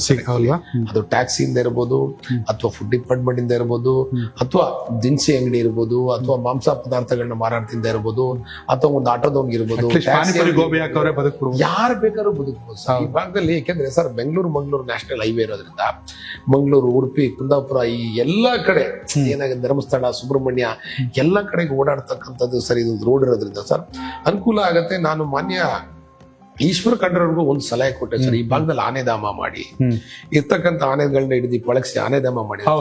ಟೂರಿಸ್ಟ್ ಗಳು ಸಿಕ್ಕಾಪಟ್ಟೆ ಓಡಾಡ್ತಾರೆ. ಒಂದು ₹50-100 ಟಿಕೆಟ್ ಮಾಡಿದ್ರೆ ಸರ್ ಡೈಲಿ ಅಟ್ಲೀಸ್ಟ್ 1,000-2,000 ಜನ ಬಂದು ಶಿವಮೊಗ್ಗ ಸಕ್ಕರೆ ಬೈಲಲ್ಲಿ ನಿಮ್ಗೂ ರೆವಿನ್ಯೂ ಆಗುತ್ತೆ ಸರ್, ಆನೆ ಸಾಕ್ಲಿಕ್ಕೂ ಕೂಡ ನಿಮ್ಗೆ ಅನುಕೂಲ ಆಗುತ್ತೆ. ಮತ್ತೆ ಈ ಭಾಗದ ಆನೆ ಸಮಸ್ಯೆಗೂ ಕೂಡ ಪರಿಹಾರ ಆಗುತ್ತೆ ಅಂತಕ್ಕಂಥ ಸಲಹೆನೂ ಕೂಡ ಕೊಟ್ಟಿದ್ದೆ. ಇನ್ನು ಅದಕ್ಕೂ ಸಮೇತ ಮನ್ಸು ಮಾಡಿಲ್ಲ ಅವರು. ನೋಡ್ಬೇಕು ಸರ್. ಮತ್ತೆ ಈ ಭಾಗದ ಒಳ್ಳೊಳ್ಳೆ ಎಜುಕೇಶನ್ ಇನ್ಸ್ಟಿಟ್ಯೂಟ್ ಈ ಭಾಗಕ್ಕೆ ಬರಬೇಕು ಅಂತಕ್ಕಂಥ ಆಸೆ ಇದೆ ಸರ್. ತಮಗೆ ಗೊತ್ತಿದೆ ಸರ್, ಇಲ್ಲಿಂದ ಕಳೆದ ಹೋದ್ರೆ ಉಜಿರೆಯಲ್ಲಿ ಒಳ್ಳೊಳ್ಳೆ ಇನ್ಸ್ಟಿಟ್ಯೂಟ್ ಇದಾವೆ, ಬೆಳ್ತಂಗಡಿಲಿ ಇದಾವೆ, ಪುತ್ತೂರಲ್ಲಿ ಇದೆ, ಮಂಗಳೂರಲ್ಲಿ ಇದೆ. ಅಲ್ಲಿ ಇರ್ತಕ್ಕಂಥದ್ದು ಇಲ್ಲಿಂದಾನೇ ಪ್ರಾರಂಭ ಆಗ್ಬೇಕು ಅಂತಕ್ಕಂಥ ನಾನು ದೊಡ್ಡ ಇನ್ಸ್ಟಿಟ್ಯೂಟ್ ಅವ್ರಿಗೆಲ್ಲ ವೆಲ್ಕಮ್ ಮಾಡ್ತೀವಿ. ಸಕಲೇಶಪುರದಲ್ಲಿ ಒಳ್ಳೆ ಕ್ಲೈಮೇಟ್ ಇದೆ, ಒಳ್ಳೆ ನೇಚರ್ ಇದೆ. ನೀವಿಲ್ಲೇ ವಸತಿ ಸೇರಿದ ರೀತಿಯಲ್ಲಿ ಕಾಲೇಜ್ಗಳನ್ನ ಮಾಡಿ, ಹೈಯರ್ ಎಜುಕೇಶನ್ ಕಾಲೇಜ್ಗಳನ್ನ ಇಲ್ಲೇ ಮಾಡಿ. ಯಾಕಂದ್ರೆ ಯಾಕೆ ಉಡುಪಿಗೆ ಹೋಗ್ಬೇಕು, ಮಂಗಳೂರಿಗೆ ಹೋಗ್ಬೇಕು, ಬೆಳ್ತಂಗಡಿಗೆ ಹೋಗ್ಬೇಕು, ಪುತ್ತೂರಿಗೆ ಹೋಗ್ಬೇಕು, ಧರ್ಮಸ್ಥಳಕ್ಕೆ ಹೋಗ್ಬೇಕು? ಇದಕ್ಕಿಂತ ಸೌಂದರ್ಯ ಬೇರೆ. ಅಲ್ಲೆಲ್ಲ ನೀವು ತಮಗೆ ಗೊತ್ತಿರೋ ರೀತಿಯಲ್ಲಿ ಶೆಕೆ ಅದು ಇದೆಲ್ಲ ಪ್ರಾಬ್ಲಮ್ ಇದೆ. ಇಲ್ಲಿ ತುಂಬಾ ಚೆನ್ನಾಗಿದೆ. ವರ್ಷದ 365 ದಿವಸ ಇರೋದ್ರಲ್ಲಿ ಉತ್ತಮವಾದ ಕ್ಲೈಮೇಟ್ ನಮ್ಮ ಸಕಲೇಶಪುರದಲ್ಲಿದೆ. ಅವರೆಲ್ಲರೂ ಇಲ್ಲಿಗೆ ಬರಬೇಕು, ಇನ್ಕ್ಲೂಡಿಂಗ್ ಮೆಡಿಕಲ್ ಕಾಲೇಜು ಆಗ್ಬೇಕು ಅಂತಕ್ಕಂಥ ಇಚ್ಛಾಶಕ್ತಿ ಇಟ್ಕೊಂಡಿದ್ದೀನಿ ನಾನು. ಯಾಕೆಂದ್ರೆ ತಮಗೆ ಗೊತ್ತಿರ್ಬೋದು, ಮೊದಲೆಲ್ಲ ಊಟಿಗೆ ಕರ್ಕೊಂಡು ಹೋಗೋರು ಮಕ್ಕಳನ್ನ ಸೇರ್ಸಕ್ಕೆ. ಊಟಿಗೂ ಏನು ಕಡಿಮೆ ಇಲ್ಲ. ಈ ಭಾಗದಲ್ಲಿ ಬಂದು ಅವರು ವಿದ್ಯಾಸಂಸ್ಥೆಗಳನ್ನ ಮಾಡಿದ್ರೆ ತುಂಬಾ ಅನುಕೂಲ ಆಗತ್ತೆ ಅಂತ ನನ್ನ ಇಚ್ಛಾಶಕ್ತಿ. ಎಲ್ಲದಕ್ಕಿಂತ ಮುಖ್ಯವಾಗಿ ಸರ್, ನಮ್ಗೆ ಇಲ್ಲಿ ಗೊರೂರು ಡ್ಯಾಮ್ ಇದೆ ಸರ್, ನೋಡ್ಲಿಕ್ಕೆ ಅದು ಎಷ್ಟು ಸರ್, ಗೊರೂರು ಡ್ಯಾಮ್ ಅಲ್ಲಿ ನೀರ್ ಬಿಡುವಂತ ಸಂದರ್ಭದಲ್ಲಿ ತುಂಬಾ ಹೈಟ್ ಇದೆ ಸರ್. ಅದು ನೋಡಕ್ಕೆ 2 ಕಣ್ಣು ಸಾಲದು ಸರ್, ಅಷ್ಟು ಚೆನ್ನಾಗಿದೆ. ಅದ್ರ ಮುಂದ್ಗಡೆ ಸರ್ ಯಾವ ಡ್ಯಾಮ್ ಮುಂದೆ ಅಷ್ಟೊಂದು ಜಾಗ ಇಲ್ಲ. ಹೌದು, ಅಷ್ಟು ಜಾಗ 750-800 ಎಕರೆ ಖಾಲಿ ಜಾಗ ಇದೆ ನಿಜ. ಅದನ್ನ ಡಿಸ್ನಿಲ್ಯಾಂಡ್ ಮಾಡ್ಲಿಕ್ಕೂ ಸಮೇತ ಒಂದು ಒಳ್ಳೆ ಅವಕಾಶ ಇದೆ. ಒಳ್ಳೆ ಪಾರ್ಕ್ ಮಾಡಬಹುದು. ಡಿಸ್ನಿಲ್ಯಾಂಡ್ ಗೊತ್ತಲ್ಲ ಸರ್, ವಾಟರ್ ಪಾರ್ಕ್. ಹೌದು. ನಿಮ್ಗೆ ವಿದೇಶದಲ್ಲಿ ಅಮ್ಯೂಸ್ಮೆಂಟ್ ಪಾರ್ಕ್ ಸರ್, ಎಲ್ಲಿ ಇಡೀ ಕರ್ನಾಟಕ ಜನ ಇಲ್ಲಿ ಕರೆಸಬಹುದು. ಹಾಸನ ಜಿಲ್ಲೆಯಲ್ಲಿ ಸರ್ ನಮಗೆ ಗೊತ್ತಿರೋ ರೀತಿಯಲ್ಲಿ ಬೇಲೂರು ಹಳೆಬೀಡು ಇದೆ, ಇದೆ. ಹೌದು, ಕೊಟ್ಟಿದ್ದೀನಿ. ಅದನ್ನು ಪ್ರಪೋಸಲ್ ಕೊಟ್ಟಿದ್ದೀನಿ ಸರ್ ಸರ್ಕಾರದವರಿಗೆ. ಲಾಸ್ಟ್ ಟೈಮ್ ಉಸ್ತುವಾರಿ ಸಚಿವರು ಗೊರೂರು ಡ್ಯಾಮಿಗೆ ಬಂದ ಸಂದರ್ಭದಲ್ಲಿ ಆಗ್ಲೂ ಕೂಡ ಅವರು ಪ್ರಸ್ತಾವನೆ ಕೊಟ್ಟಿದ್ದೀನಿ. ಒಳ್ಳೆ ಉತ್ತಮವಾದ ಜಾಗ ಇದೆ ಸರ್, ಎಲ್ಲೂ ಸಿಗಲ್ಲ. KRS ಮುಂದೆ ಅಷ್ಟು ದೊಡ್ಡ ಜಾಗ ಇಲ್ಲ. ನಿಜ. ಉತ್ತಮವಾದ ಜಾಗ ಇದೆ, ಮಾಡಬಹುದು. ಮಾಡಿ ಅಂತಕ್ಕಂಥದ್ದು ಸರ್ಕಾರಗಳ ಬಗ್ಗೆ ಗಮನ ಕೊಡಬೇಕು. ಅಲ್ಲಿ ಮಾಡಿ ಸರ್. 50-100 ಟಿಕೆಟ್ ಮಾಡಿದ್ರೆ ಅವ್ರು ಏನ್ ಇನ್ವೆಸ್ಟ್ಮೆಂಟ್ ಮಾಡುತ್ತಾರೆ, 10 ವರ್ಷದಲ್ಲಿ ಅವ್ರು 5 ವರ್ಷದಲ್ಲಿ ದುಡ್ಡನ್ನೇ ರಿಟರ್ನ್ ತಗೋಬಹುದು ಸರ್. ಟೂರಿಸಂ ಇಂಪ್ರೂವ್ಮೆಂಟ್ ಆಗುತ್ತೆ ಸರ್. ಹಾಸನ ಜಿಲ್ಲೆಯಲ್ಲಿ ಎಂತೆಂತ ಪ್ಲೇಸ್ ಗಳಿದೆ ಸರ್. ಬೇಲೂರು ಹಳೆಬಿಟ್ಟಿಗಿಂತ ಬೇಕಾ, ಶ್ರವಣಬೆಳಗೊಳಗಿಂತ ಬೇಕಾ ಸರ್. ಇನ್ನು ಬೇಕಾದಷ್ಟು ದೇವಾಲಯಗಳು ಹಾಸನದಲ್ಲಿದ್ದಾವೆ ಸರ್. ಶಿಲ್ಪ ಕಲೆಗಳ ತವರೂರು ಅಂತ ಹೇಳ್ತಾರೆ ಸರ್. ಈ ರೀತಿ ಪ್ರಕೃತಿ ಸೌಂದರ್ಯ ಕೂಡ ಇದೆ. ಬೇಕಾದಷ್ಟು ಅವಕಾಶ ಇದೆ ಸರ್. ಹಾಸನ ಜಿಲ್ಲೆನ ಸರ್ ಟೂರಿಸಂಗೆ ಒಂದು ಕೇಂದ್ರವಾಗಿ ಮಾಡ್ಕೊಬಹುದು ಅಂತ ಹೇಳಿ ಈ ಸಂದರ್ಭದಲ್ಲಿ ಹೇಳ್ತೀನಿ ಸರ್. ತುಂಬಾ ಚೆನ್ನಾಗಿದೆ ಸರ್. ಸರ್ಕಾರಗಳಿಗೆ ಇಚ್ಛಾಶಕ್ತಿ ಬೇಕು, ಖಂಡಿತವಾಗ್ಲೂ ಮಾಡಬಹುದು. ನಿಮ್ಮ ಎಲ್ಲಾ ಈ ಕನಸುಗಳಿಗೆ ಈ ಗ್ಯಾರಂಟಿ ಸರ್ಕಾರ ನೀರಾಕಿ ಪೋಷಿಸುತ್ತೆ ಅನ್ಸುತ್ತಾ ಸರ್? ನೀರಾಕಿ ಪೋಷಿಸುತ್ತೆ ಅಂತ ಹೇಳಿ ಅನ್ಕೊಳಕ್ಕಿಂತ ಸರ್ ನಾನು ಸುಮ್ಮನೆ ಕೂರಂಗಿಲ್ವಲ್ಲ ಸರ್. ಕರೆಕ್ಟ್ ಕೊಡ್ಬೇಕಲ್ಲ ಸರ್. ನಾನು ಪ್ರಯತ್ನಗಳು ನಿರಂತರ, ಪ್ರಯತ್ನಗಳೇ ಇಲ್ಲ ಅಂದ್ರೆ ಏನು ಮಾಡ್ಲಿಕ್ಕೆ ಸಾಧ್ಯ ಇಲ್ಲ. ಯಾವುದೇ ಸರ್ಕಾರ ಇರ್ಬೋದು, ನಮ್ಮಿಂದ ಫಸ್ಟ್ ಪ್ರಯತ್ನಗಳು ಬೇಕು ಸರ್. ಆ ಪ್ರಯತ್ನಗಳು ನಾನು ಮಾಡ್ತಾ ಇದ್ದೀನಿ. ಇವತ್ತಲ್ಲ ನಾಳೆ ಎಲ್ಲ ಒಂದ್ ಕಡೆ ಸಕ್ಸಸ್ ಆಗ್ತೀನಿ ಸರ್, ಖಂಡಿತವಾಗ್ಲೂ. ಬಿಜೆಪಿ JDS ಮೈತ್ರಿ ಇದೆ. ಕುಮಾರಣ್ಣ ಸೆಂಟ್ರಲ್ ಮಿನಿಸ್ಟರ್ ಇದ್ದಾರೆ. ಸೆಂಟ್ರಲ್ ಇಂದ ಬರುವಂತ ಫಂಡ್ಗಳ ಬಗ್ಗೆ ಎಲ್ಲ ಗಮನ ಹರಿಸಿ ಇಲ್ಲಿ ಏನಾದ್ರು ಕಾರ್ಯಕ್ರಮಗಳು ಮಾಡೋದ್ರ ಬಗ್ಗೆ ಆಲೋಚನೆಗಳಿದೆಯಾ ಸರ್? ಸರ್, ಈಗ ಕುಮಾರಣ್ಣವರು ಮೊನ್ನೆ ಸಕಲೇಶ್ಪುರ ಬರ್ತಕ್ ಬಂದಂತ ಸಂದರ್ಭದಲ್ಲಿ ನಾನು ಕೇಂದ್ರ ಸರ್ಕಾರದ ಏನು ಅಂದ್ರೆ ಈಗ ಆಲೂರು ಭಾಗ ಇದೆಯಲ್ಲ ಸರ್, ನಿಮಗೆ ಆಲೂರು ಹಾಸನದ 7 ಕಿಲೋಮೀಟರ್ ನನ್ನ ಕಾನ್ಸ್ಟಿಟ್ಯೂನ್ಸಿ ಶುರು ಆಗುತ್ತೆ. ಹೌದು. ಇಂಡಸ್ಟ್ರಿಯಲ್ ಏರಿಯಾಕ್ಕೆ ಉತ್ತಮವಾದ ಜಾಗ ಇದೆ, ಒಳ್ಳೆ ಕಮ್ಮಿ ಬೆಲೆಯಲ್ಲಿ ಜಾಗನೂ ಸಿಗುತ್ತೆ. ಮತ್ತೆ ಸರ್ ಯುವಕರು ಆಲೂರು ಭಾಗದಲ್ಲಿ ತುಂಬಾ ಬಹುಮುಖ್ಯವಾಗಿ ತುಂಬಾ ಜನ ಯುವಕರು ಸರ್ ಕೆಲಸ ಇಲ್ದಲ್ಲ ಇದೆ ಸರ್. ಅವ್ರಿಗೂ ಕೂಡ ಒಂದು ಎಂಪ್ಲಾಯ್ಮೆಂಟ್ ಸಿಕ್ತಂಗೆ ಆಗುತ್ತೆ. ಈ ಭಾಗದಲ್ಲಿ ಯಾವ್ದಾದ್ರು ಒಂದು ದೊಡ್ಡ ಇಂಡಸ್ಟ್ರಿ ಮಾಡಿ ಅಂತಕ್ಕಂಥ ಮನವಿನ ಮಾನ್ಯ HD ಕುಮಾರಸ್ವಾಮಿ ಅವರಿಗೆ ಮೊನ್ನೆ ಕಾಫಿ ಬೆಳೆಗಾರ ಸಮಾವೇಶಕ್ಕೆ ಬಂದಂತ ಸಂದರ್ಭದಲ್ಲಿ ಅವರು ಪಿಯೂಷ್ ಗೋಯಲ್ ಅವರು ಬಂದಿದ್ರು. ಆ ಸಂದರ್ಭದಲ್ಲಿ ಅವ್ರಿಗೆ ಕೊಟ್ಟಿದ್ದೀನಿ. ನೋಡೋಣ ಸರ್, ಖಂಡಿತವಾಗ್ಲು.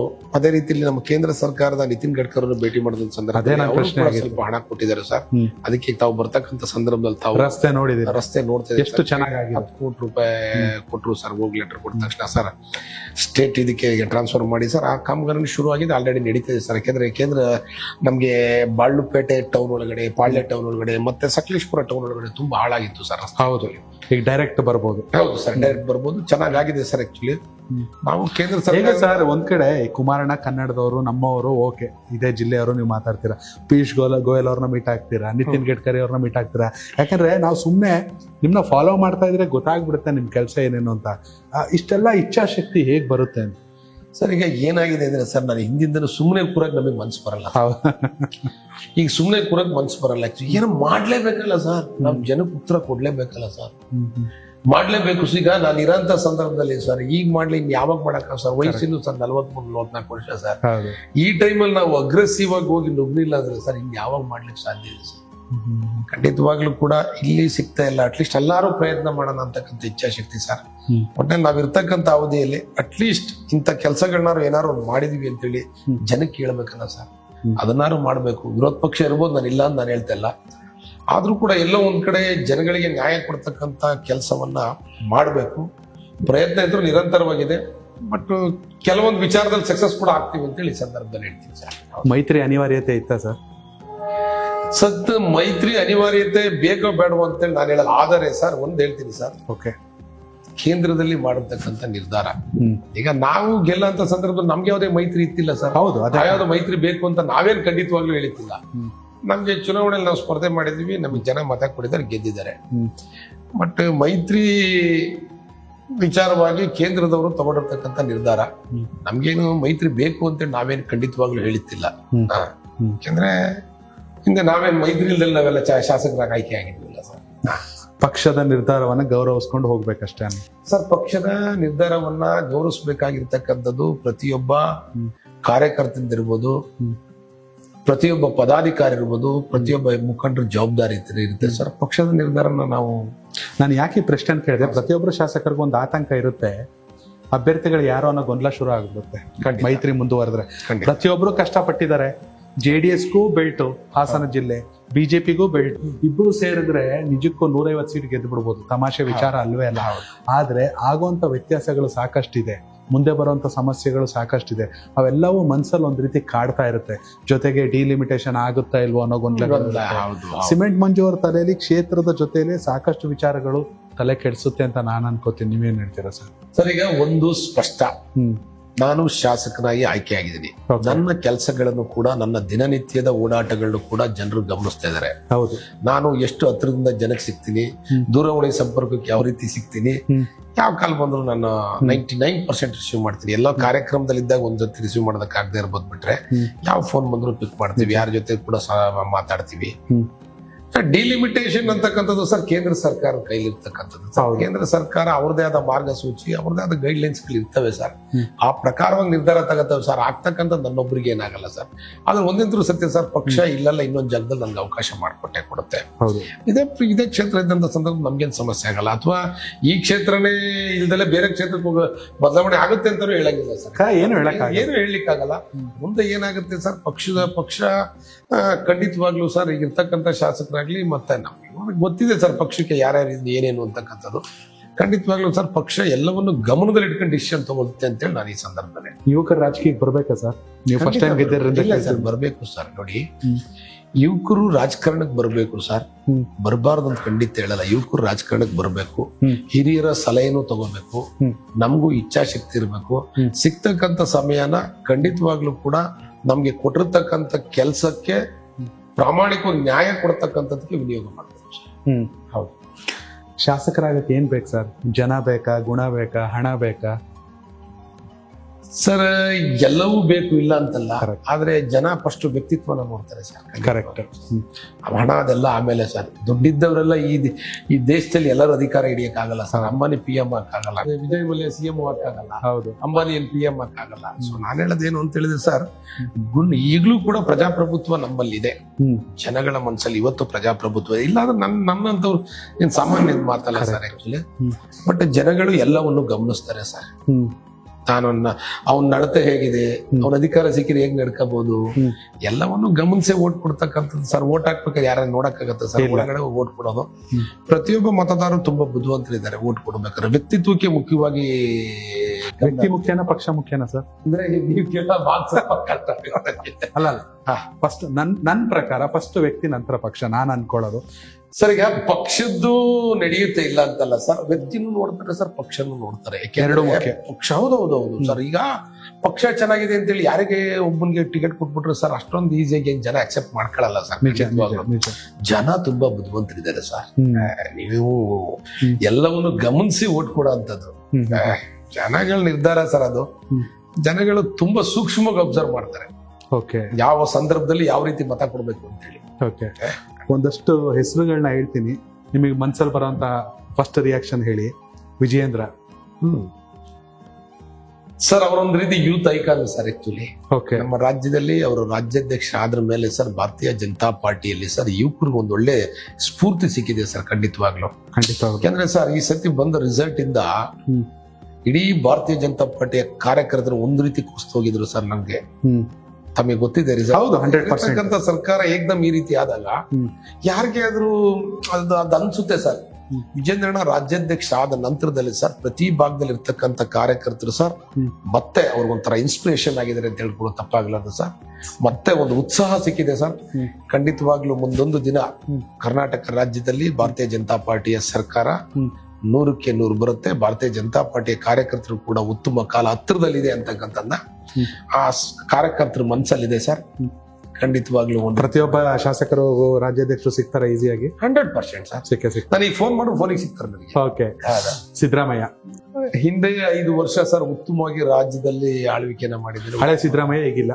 ಖಂಡಿತವಾಗ್ಲೂ ಸರ್. ಓಕೆ. ಪ್ರೀತಮ್ ಗೌಡ್ರು ಸರ್, ಪ್ರೀತಮ್ ಗೌಡ್ರು ಒಬ್ಬ ಮಾಸ್ ಲೀಡರ್ ಸರ್ ಆಕ್ಚುಲಿ. ಅವರು ಒಬ್ಬ ಮಾಸ್ ಲೀಡರ್. ಪ್ರೀತಮ್ ಗೌಡ್ರು ಅಂದ್ರೆ ಒಬ್ಬ ಮಾಸ್ ಲೀಡರ್. DK ಶಿವಕುಮಾರ್ ಅವರು ಒಬ್ಬ ಈ ರಾಜ್ಯದ ಒಬ್ಬ ಪ್ರಬಲ ಜನಾಂಗದ ನಾಯಕರು ಸರ್. ಅಷ್ಟೇ. ಹೌದು. ಮತ್ತೆ ಒಂದು ಉತ್ತಮ ರಾಜಕಾರಣಿ. ಹೌದು. ಈಗ ಉಪ ಮುಖ್ಯಮಂತ್ರಿಯಾಗಿ ನಿಭಾಯಿಸ್ತಾ ಇದ್ದಾರೆ. ಖಂಡಿತವಾಗ್ಲೂ ಕೂಡ ಅಷ್ಟೇ.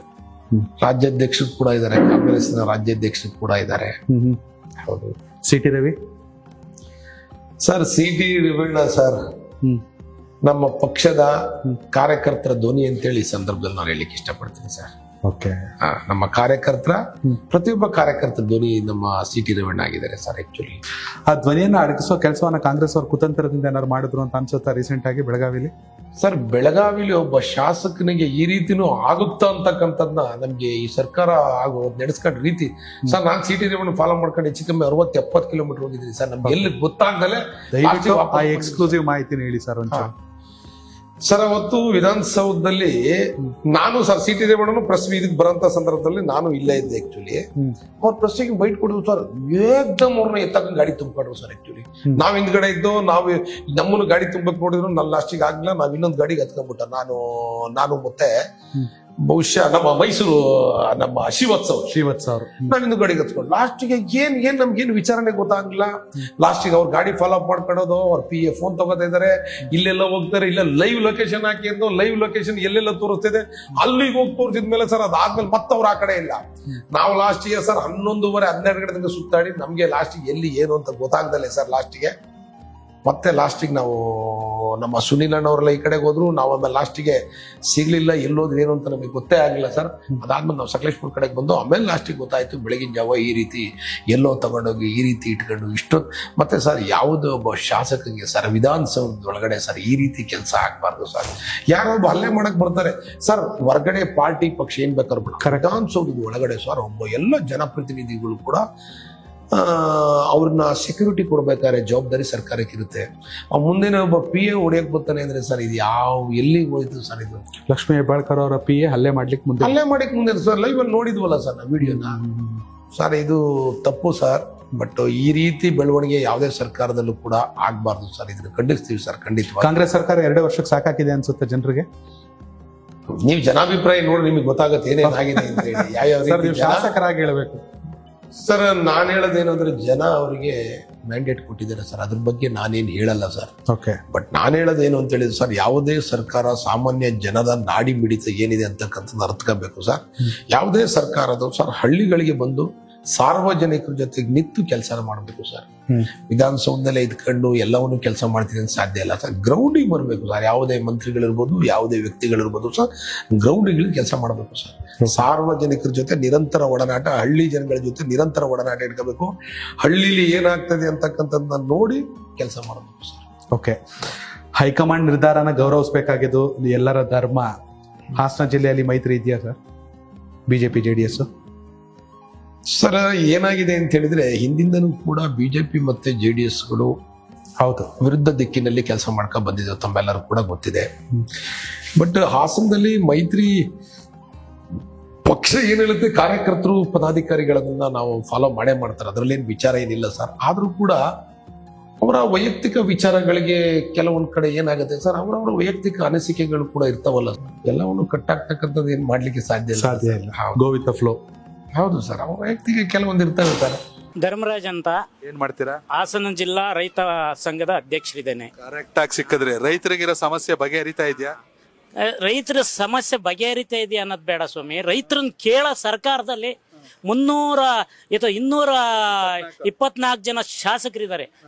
1-2 ವರ್ಷ ಆಯ್ತು ಈ ಕಾಂಗ್ರೆಸ್ ಸರ್ಕಾರ ಬಂದು. 2 ವರ್ಷದಿಂದವ ನೀನ್ ಕಳ್ಳ ಅನ್ನೋದು ಬಿಟ್ರೆ ರೈತರ ಬಗ್ಗೆ ಮಾತಾಡಿರೋದೆಲ್ಲಾರು ಒಬ್ಬ ಶಾಸಕನಲ್ಲಿ ನಾವು ಕಾಣ್ತಾ ಇದೀವ. ಎಲ್ಲ ಒಂದ್ಸರಿ ಕುಮಾರಸ್ವಾಮಿ ಒಬ್ರು ಅವ್ರು ಮುಖ್ಯಮಂತ್ರಿ ಆದಾಗ ರೈತ ಸಾಲ ಮನ್ನಾ ಅವು ಇವು ಮಾಡಿದ್ರು. ನಂತರ ಬಂದಂತವ್ರು ಒಬ್ಬ MLA ರೈತರ ಪರವಾಗಿ ಚರ್ಚೆ ಮಾಡೋಣ ಯಾರಿದ್ದಾರೆ? ಹಠ ಹಿಡಿದು ನಿಲ್ಲ MLA ಯಾರಿದ್ದಾರೆ? ಇವತ್ತು ಆ ಪರಿಸ್ಥಿತಿ ಇದೆ. ನಮ್ದು ಆಲೂರು ತಾಲೂಕು ತಗೊಳ್ಳೋದಾದ್ರೆ ಇವತ್ತು ಆಲೂರು ತಾಲೂಕು ಸಪರೇಟ್ ವಿಧಾನಸಭಾ ಕ್ಷೇತ್ರ ಮಾಡ್ಬೇಕು. ಖಂಡಿತ ಸಪರೇಟ್. ಯಾಕೆ ಅಂದ್ರೆ ಇಲ್ಲಿವರೆಗೆ ಆಲೂರಿನ ಅಭಿವೃದ್ಧಿ ಆಗ್ಲಿ, ಆಲೂರಿನ ರೈತರ ಬಗ್ಗೆ ಆಗ್ಲಿ, ಆಲೂರಿನ ರೈತರ ಸಮಸ್ಯೆಗಳ ಬಗ್ಗೆ ಆಗ್ಲಿ ಇಲ್ಲಿವರೆಗೂ ಯಾವ ಶಾಸಕರು ಕೇಳಿಲ್ಲ. ನಮ್ಮ ಆಲೂರಿನ ಶಾಸಕರು ಒಬ್ಬರ ಆದ್ರೆ ನಮ್ಗೆಲ್ಲ ಒಂದ್ ಕಡೆ ಒಂದು ಶಕ್ತಿ ಸಿಗಲ್ವಾ? ನಮ್ಮ ಇವತ್ತು ಉದಾಹರಣೆ 1 ಅಲ್ಲ 2 ಅಲ್ಲ 100 ಇದಾವೆ. ಒಂದು ಉದಾಹರಣೆ ಕೊಡ್ತೀನಿ. ಫಾರಂ 53 ಅಂತ 94ರಲ್ಲಿ ನಾವು ಅರ್ಜಿ ಹಾಕಿದ್ವಿ. ರೈತರು 1000 ಎಕರೆಗಳಲ್ಲಿ ಜೀವನ ಮಾಡ್ತಾ ಇದ್ದಾರೆ. ರೈತರ ಕುಟುಂಬಗಳು ಏನು ಒಂದು 3 ಕುಟುಂಬಗಳಲ್ಲಿ 4-5 ಜನ ಸದಸ್ಯರಿದ್ದಾರೆ. 2 ಎಕರೆ 1 ಎಕರೆ ಉತ್ಕೊಂಡು ಜೀವನ ಮಾಡ್ತಾ ಇದ್ದಾರೆ. ಆದರೆ ಇವತ್ತಿನವರೆಗೂ ಫಾರಂ 53 ಅರ್ಜಿ ಹಾಕಿ 94ರಲ್ಲಿ ಇವತ್ತಿನವರೆಗೂ ಹಂಗಾರೆ ಸರ್ಕಾರಗಳು ಬಂದು ಇದು ಬಗರ್ಹುಕುಂ ಕಮಿಟಿ ಮಾಡಿಲ್ವಾ? ಯಾವನಾರು ಕೈಗೆತ್ಕನ್ನ? ಏನಕ್ಕೆ ಕೈಗೆತ್ಕನಕ್ಕಲ್ಲ ಇವ್ರಿಗೆ ಏನಾರು ನಾವು ಹೋಗಿ ದುಡ್ಡು ಕೊಡ್ಬೇಕಾ? ಇಲ್ಲ ಈ ಕೆಲವು ಊರುಗಳನ್ನ ಟಾರ್ಗೆಟ್ ಮಾಡ್ತಾರೆ. ಈ ಊರುಗಳದ್ದು ಮಾಡೋದೇ ಬೇಡ, ಇವ್ರುಗಳು 5 ರೂಪಾಯಿ ಕೊಡಕ್ಕಲ್ಲ. ಎಲ್ಲೋ ಮಲೆನಾಡು ಪ್ರದೇಶದಲ್ಲಿ ಯಾವನೋ 4 ಎಕರೆ 5 ಎಕರೆ ಉಳ್ಕೊಂಡು 1 ಲಕ್ಷ 2 ಲಕ್ಷ ಕೊಡ್ತಾನ ಅವ್ರದ್ದು ಮಾಡ್ತಾರೆ. ಬಗರ್ಹುಕುಂ ಕಮಿಟಿ ಇದನ್ನ ಇವತ್ತು ಮೀಟಿಂಗ್ ಕರೆದವ್ರ? ಯಾಕೆ ಕರೆದಲ್ಲ? ಮತ್ತೆ ಒಳ್ಳೆ ಶಾಸಕರು ಅನ್ನೋದಾರೆ ಯಾವ ರೀತಿ ಶಾಸಕರು ಒಳ್ಳೆಯರು? ಹಿಂದೆ ಶಿವಪ್ಪ ಅವ್ರನ್ನ ಕೊಟ್ಟಂತ ಕ್ಷೇತ್ರ ಇದು. ಆನಂತರದಲ್ಲಿ ಎಚ್ ಕೆ ಕುಮಾರಸ್ವಾಮಿ ಅವ್ರು ಗೆದ್ರು ಸತತವಾಗಿ. ಈಗ JDS BJP ಮೈತ್ರಿ, BJP ಶಾಸಕರು ಗೆದ್ದಿದ್ದಾರೆ. ಶಾಸಕರು ಸಿಗ್ತಾರ ಸಾಮಾನ್ಯರು? ನೋಡಿ, ನೀವು ನೆನಪು ಮಾಡಿದ ಒಳ್ಳೇದಾಯ್ತು. ಶಾಸಕ BB ಶಿವಪ್ಪನವರಾದಾಗ ಬಗರುಕುಂ ಕಮಿಟಿ ಆಯ್ತು. ತಾಲೂಕು ವೈಸು ಒಂದೊಂದು ಏರಿಯಾದಲ್ಲಿ ಒಂದೊಂದು ಊರಿನಲ್ಲಿ 10, 12, 15 ಜನದ್ದು ಒಂದೊಂದು ಕಮಿಟಿ ಒಳಗೆ ಸೇರಿಸ್ಕೊತಾ ಇದ್ರು. ಅವ್ರದ್ದು ಕಮಿಟಿಲಿ ಆದಾಗ ಕೆಲವರಿಗೆಲ್ಲ ಆಯ್ತು ಬಗರುಕುಂ ಮೇಲೆ. ನಮ್ಮ ಭಾಗದಲ್ಲೂ ಆಗಿದೆ, ಎಲ್ಲ ಭಾಗದಲ್ಲೂ ಆಗಿದೆ. ಆದ್ರೆ ಶಾಸಕರ ಸ್ಥಾನ ಹೋದ್ಮೇಲೆ, ಶಿವಪ್ಪನವ್ರು ಹೋದ್ಮೇಲೆ ಒಂದೊಂದು ಸೈನ್ ಆಗಿದ್ದವು ಸಹ ಇವು. ಅವ್ರು ಒಂದು ಸೈನ್ ಮಾಡಿದ್ರು, ಚುನಾವಣೆ ಬಂತು, ನೀತಿ ಸಂಹಿತೆ ಬಂತು, ಕ್ಲೋಸ್. ಒಂದೊಂದು ಸೈನ್ ಆಗಿದ್ದವು ಮುಂದಕ್ಕೆ ಹೋಗ್ಲಿಲ್ಲ. ಅಲ್ಲಿಂದ ಈಚೆ ಬಂದಂತ ಶಾಸಕರು ಯಾರಿಗೂ ಕಣ್ಣು ಮೂಗು ಕಿವಿ ಇಲ್ವೇ ಇಲ್ಲ. ಆದ್ರೂ 3 ಸಲ ಗೆಲ್ಸಿದ್ರಲ್ಲ ಇಲ್ಲಿ ಜನ ಕುಮಾರಸ್ವಾಮಿ ಅವ್ರನ್ನ. ಗೆದ್ದಿದ್ದಾರೆ. ಅಲ್ಲಿ ಕಮಿಟಿ ಆಯ್ತಾ, ಸರ್ಕಾರ ಬೇರೆ ಬೇರೆ ಸರ್ಕಾರ ಬಂತು, ಬದಲಾಯ್ತು. ಇವ್ರಿಗೆ ಕೆಲಸ ಮಾಡಕ್ಕೆ, ಆ ಕಮಿಟಿ ಮಾಡಕ್ಕೆ ಅವಕಾಶಗಳು ಸಿಕ್ನಲ್ಲ. ಕಮಿಟಿ ಆಗ್ಬೇಕು, ಕಮಿಟಿ ಸರ್ಕಾರ ಅನೌನ್ಸ್ ಮಾಡ್ಬೇಕು. ಬಗರಕುಂ ಈಗಿರೋ ಶಾಸಕರು, BJP ಶಾಸಕರಿಗೆ ಇದನ್ನೆಲ್ಲ ಗಮನಕ್ಕೆ ತಂದಿದ್ದೀರಾ? ಖಂಡಿತ ತಂದಿದೀವಿ, ಅರ್ಜಿ ಕೊಟ್ಟಿದೀವಿ, ಅವ್ರ ಮನೆ ಬಾಗ್ಲಿಗೂ ಹೋಗಿದೀವಿ. ಬಗರುಕಂ ಕಮಿಟಿ ಮೀಟಿಂಗ್ ಕರೀರಿ ಎಂದಿದ್ದೀವಿ.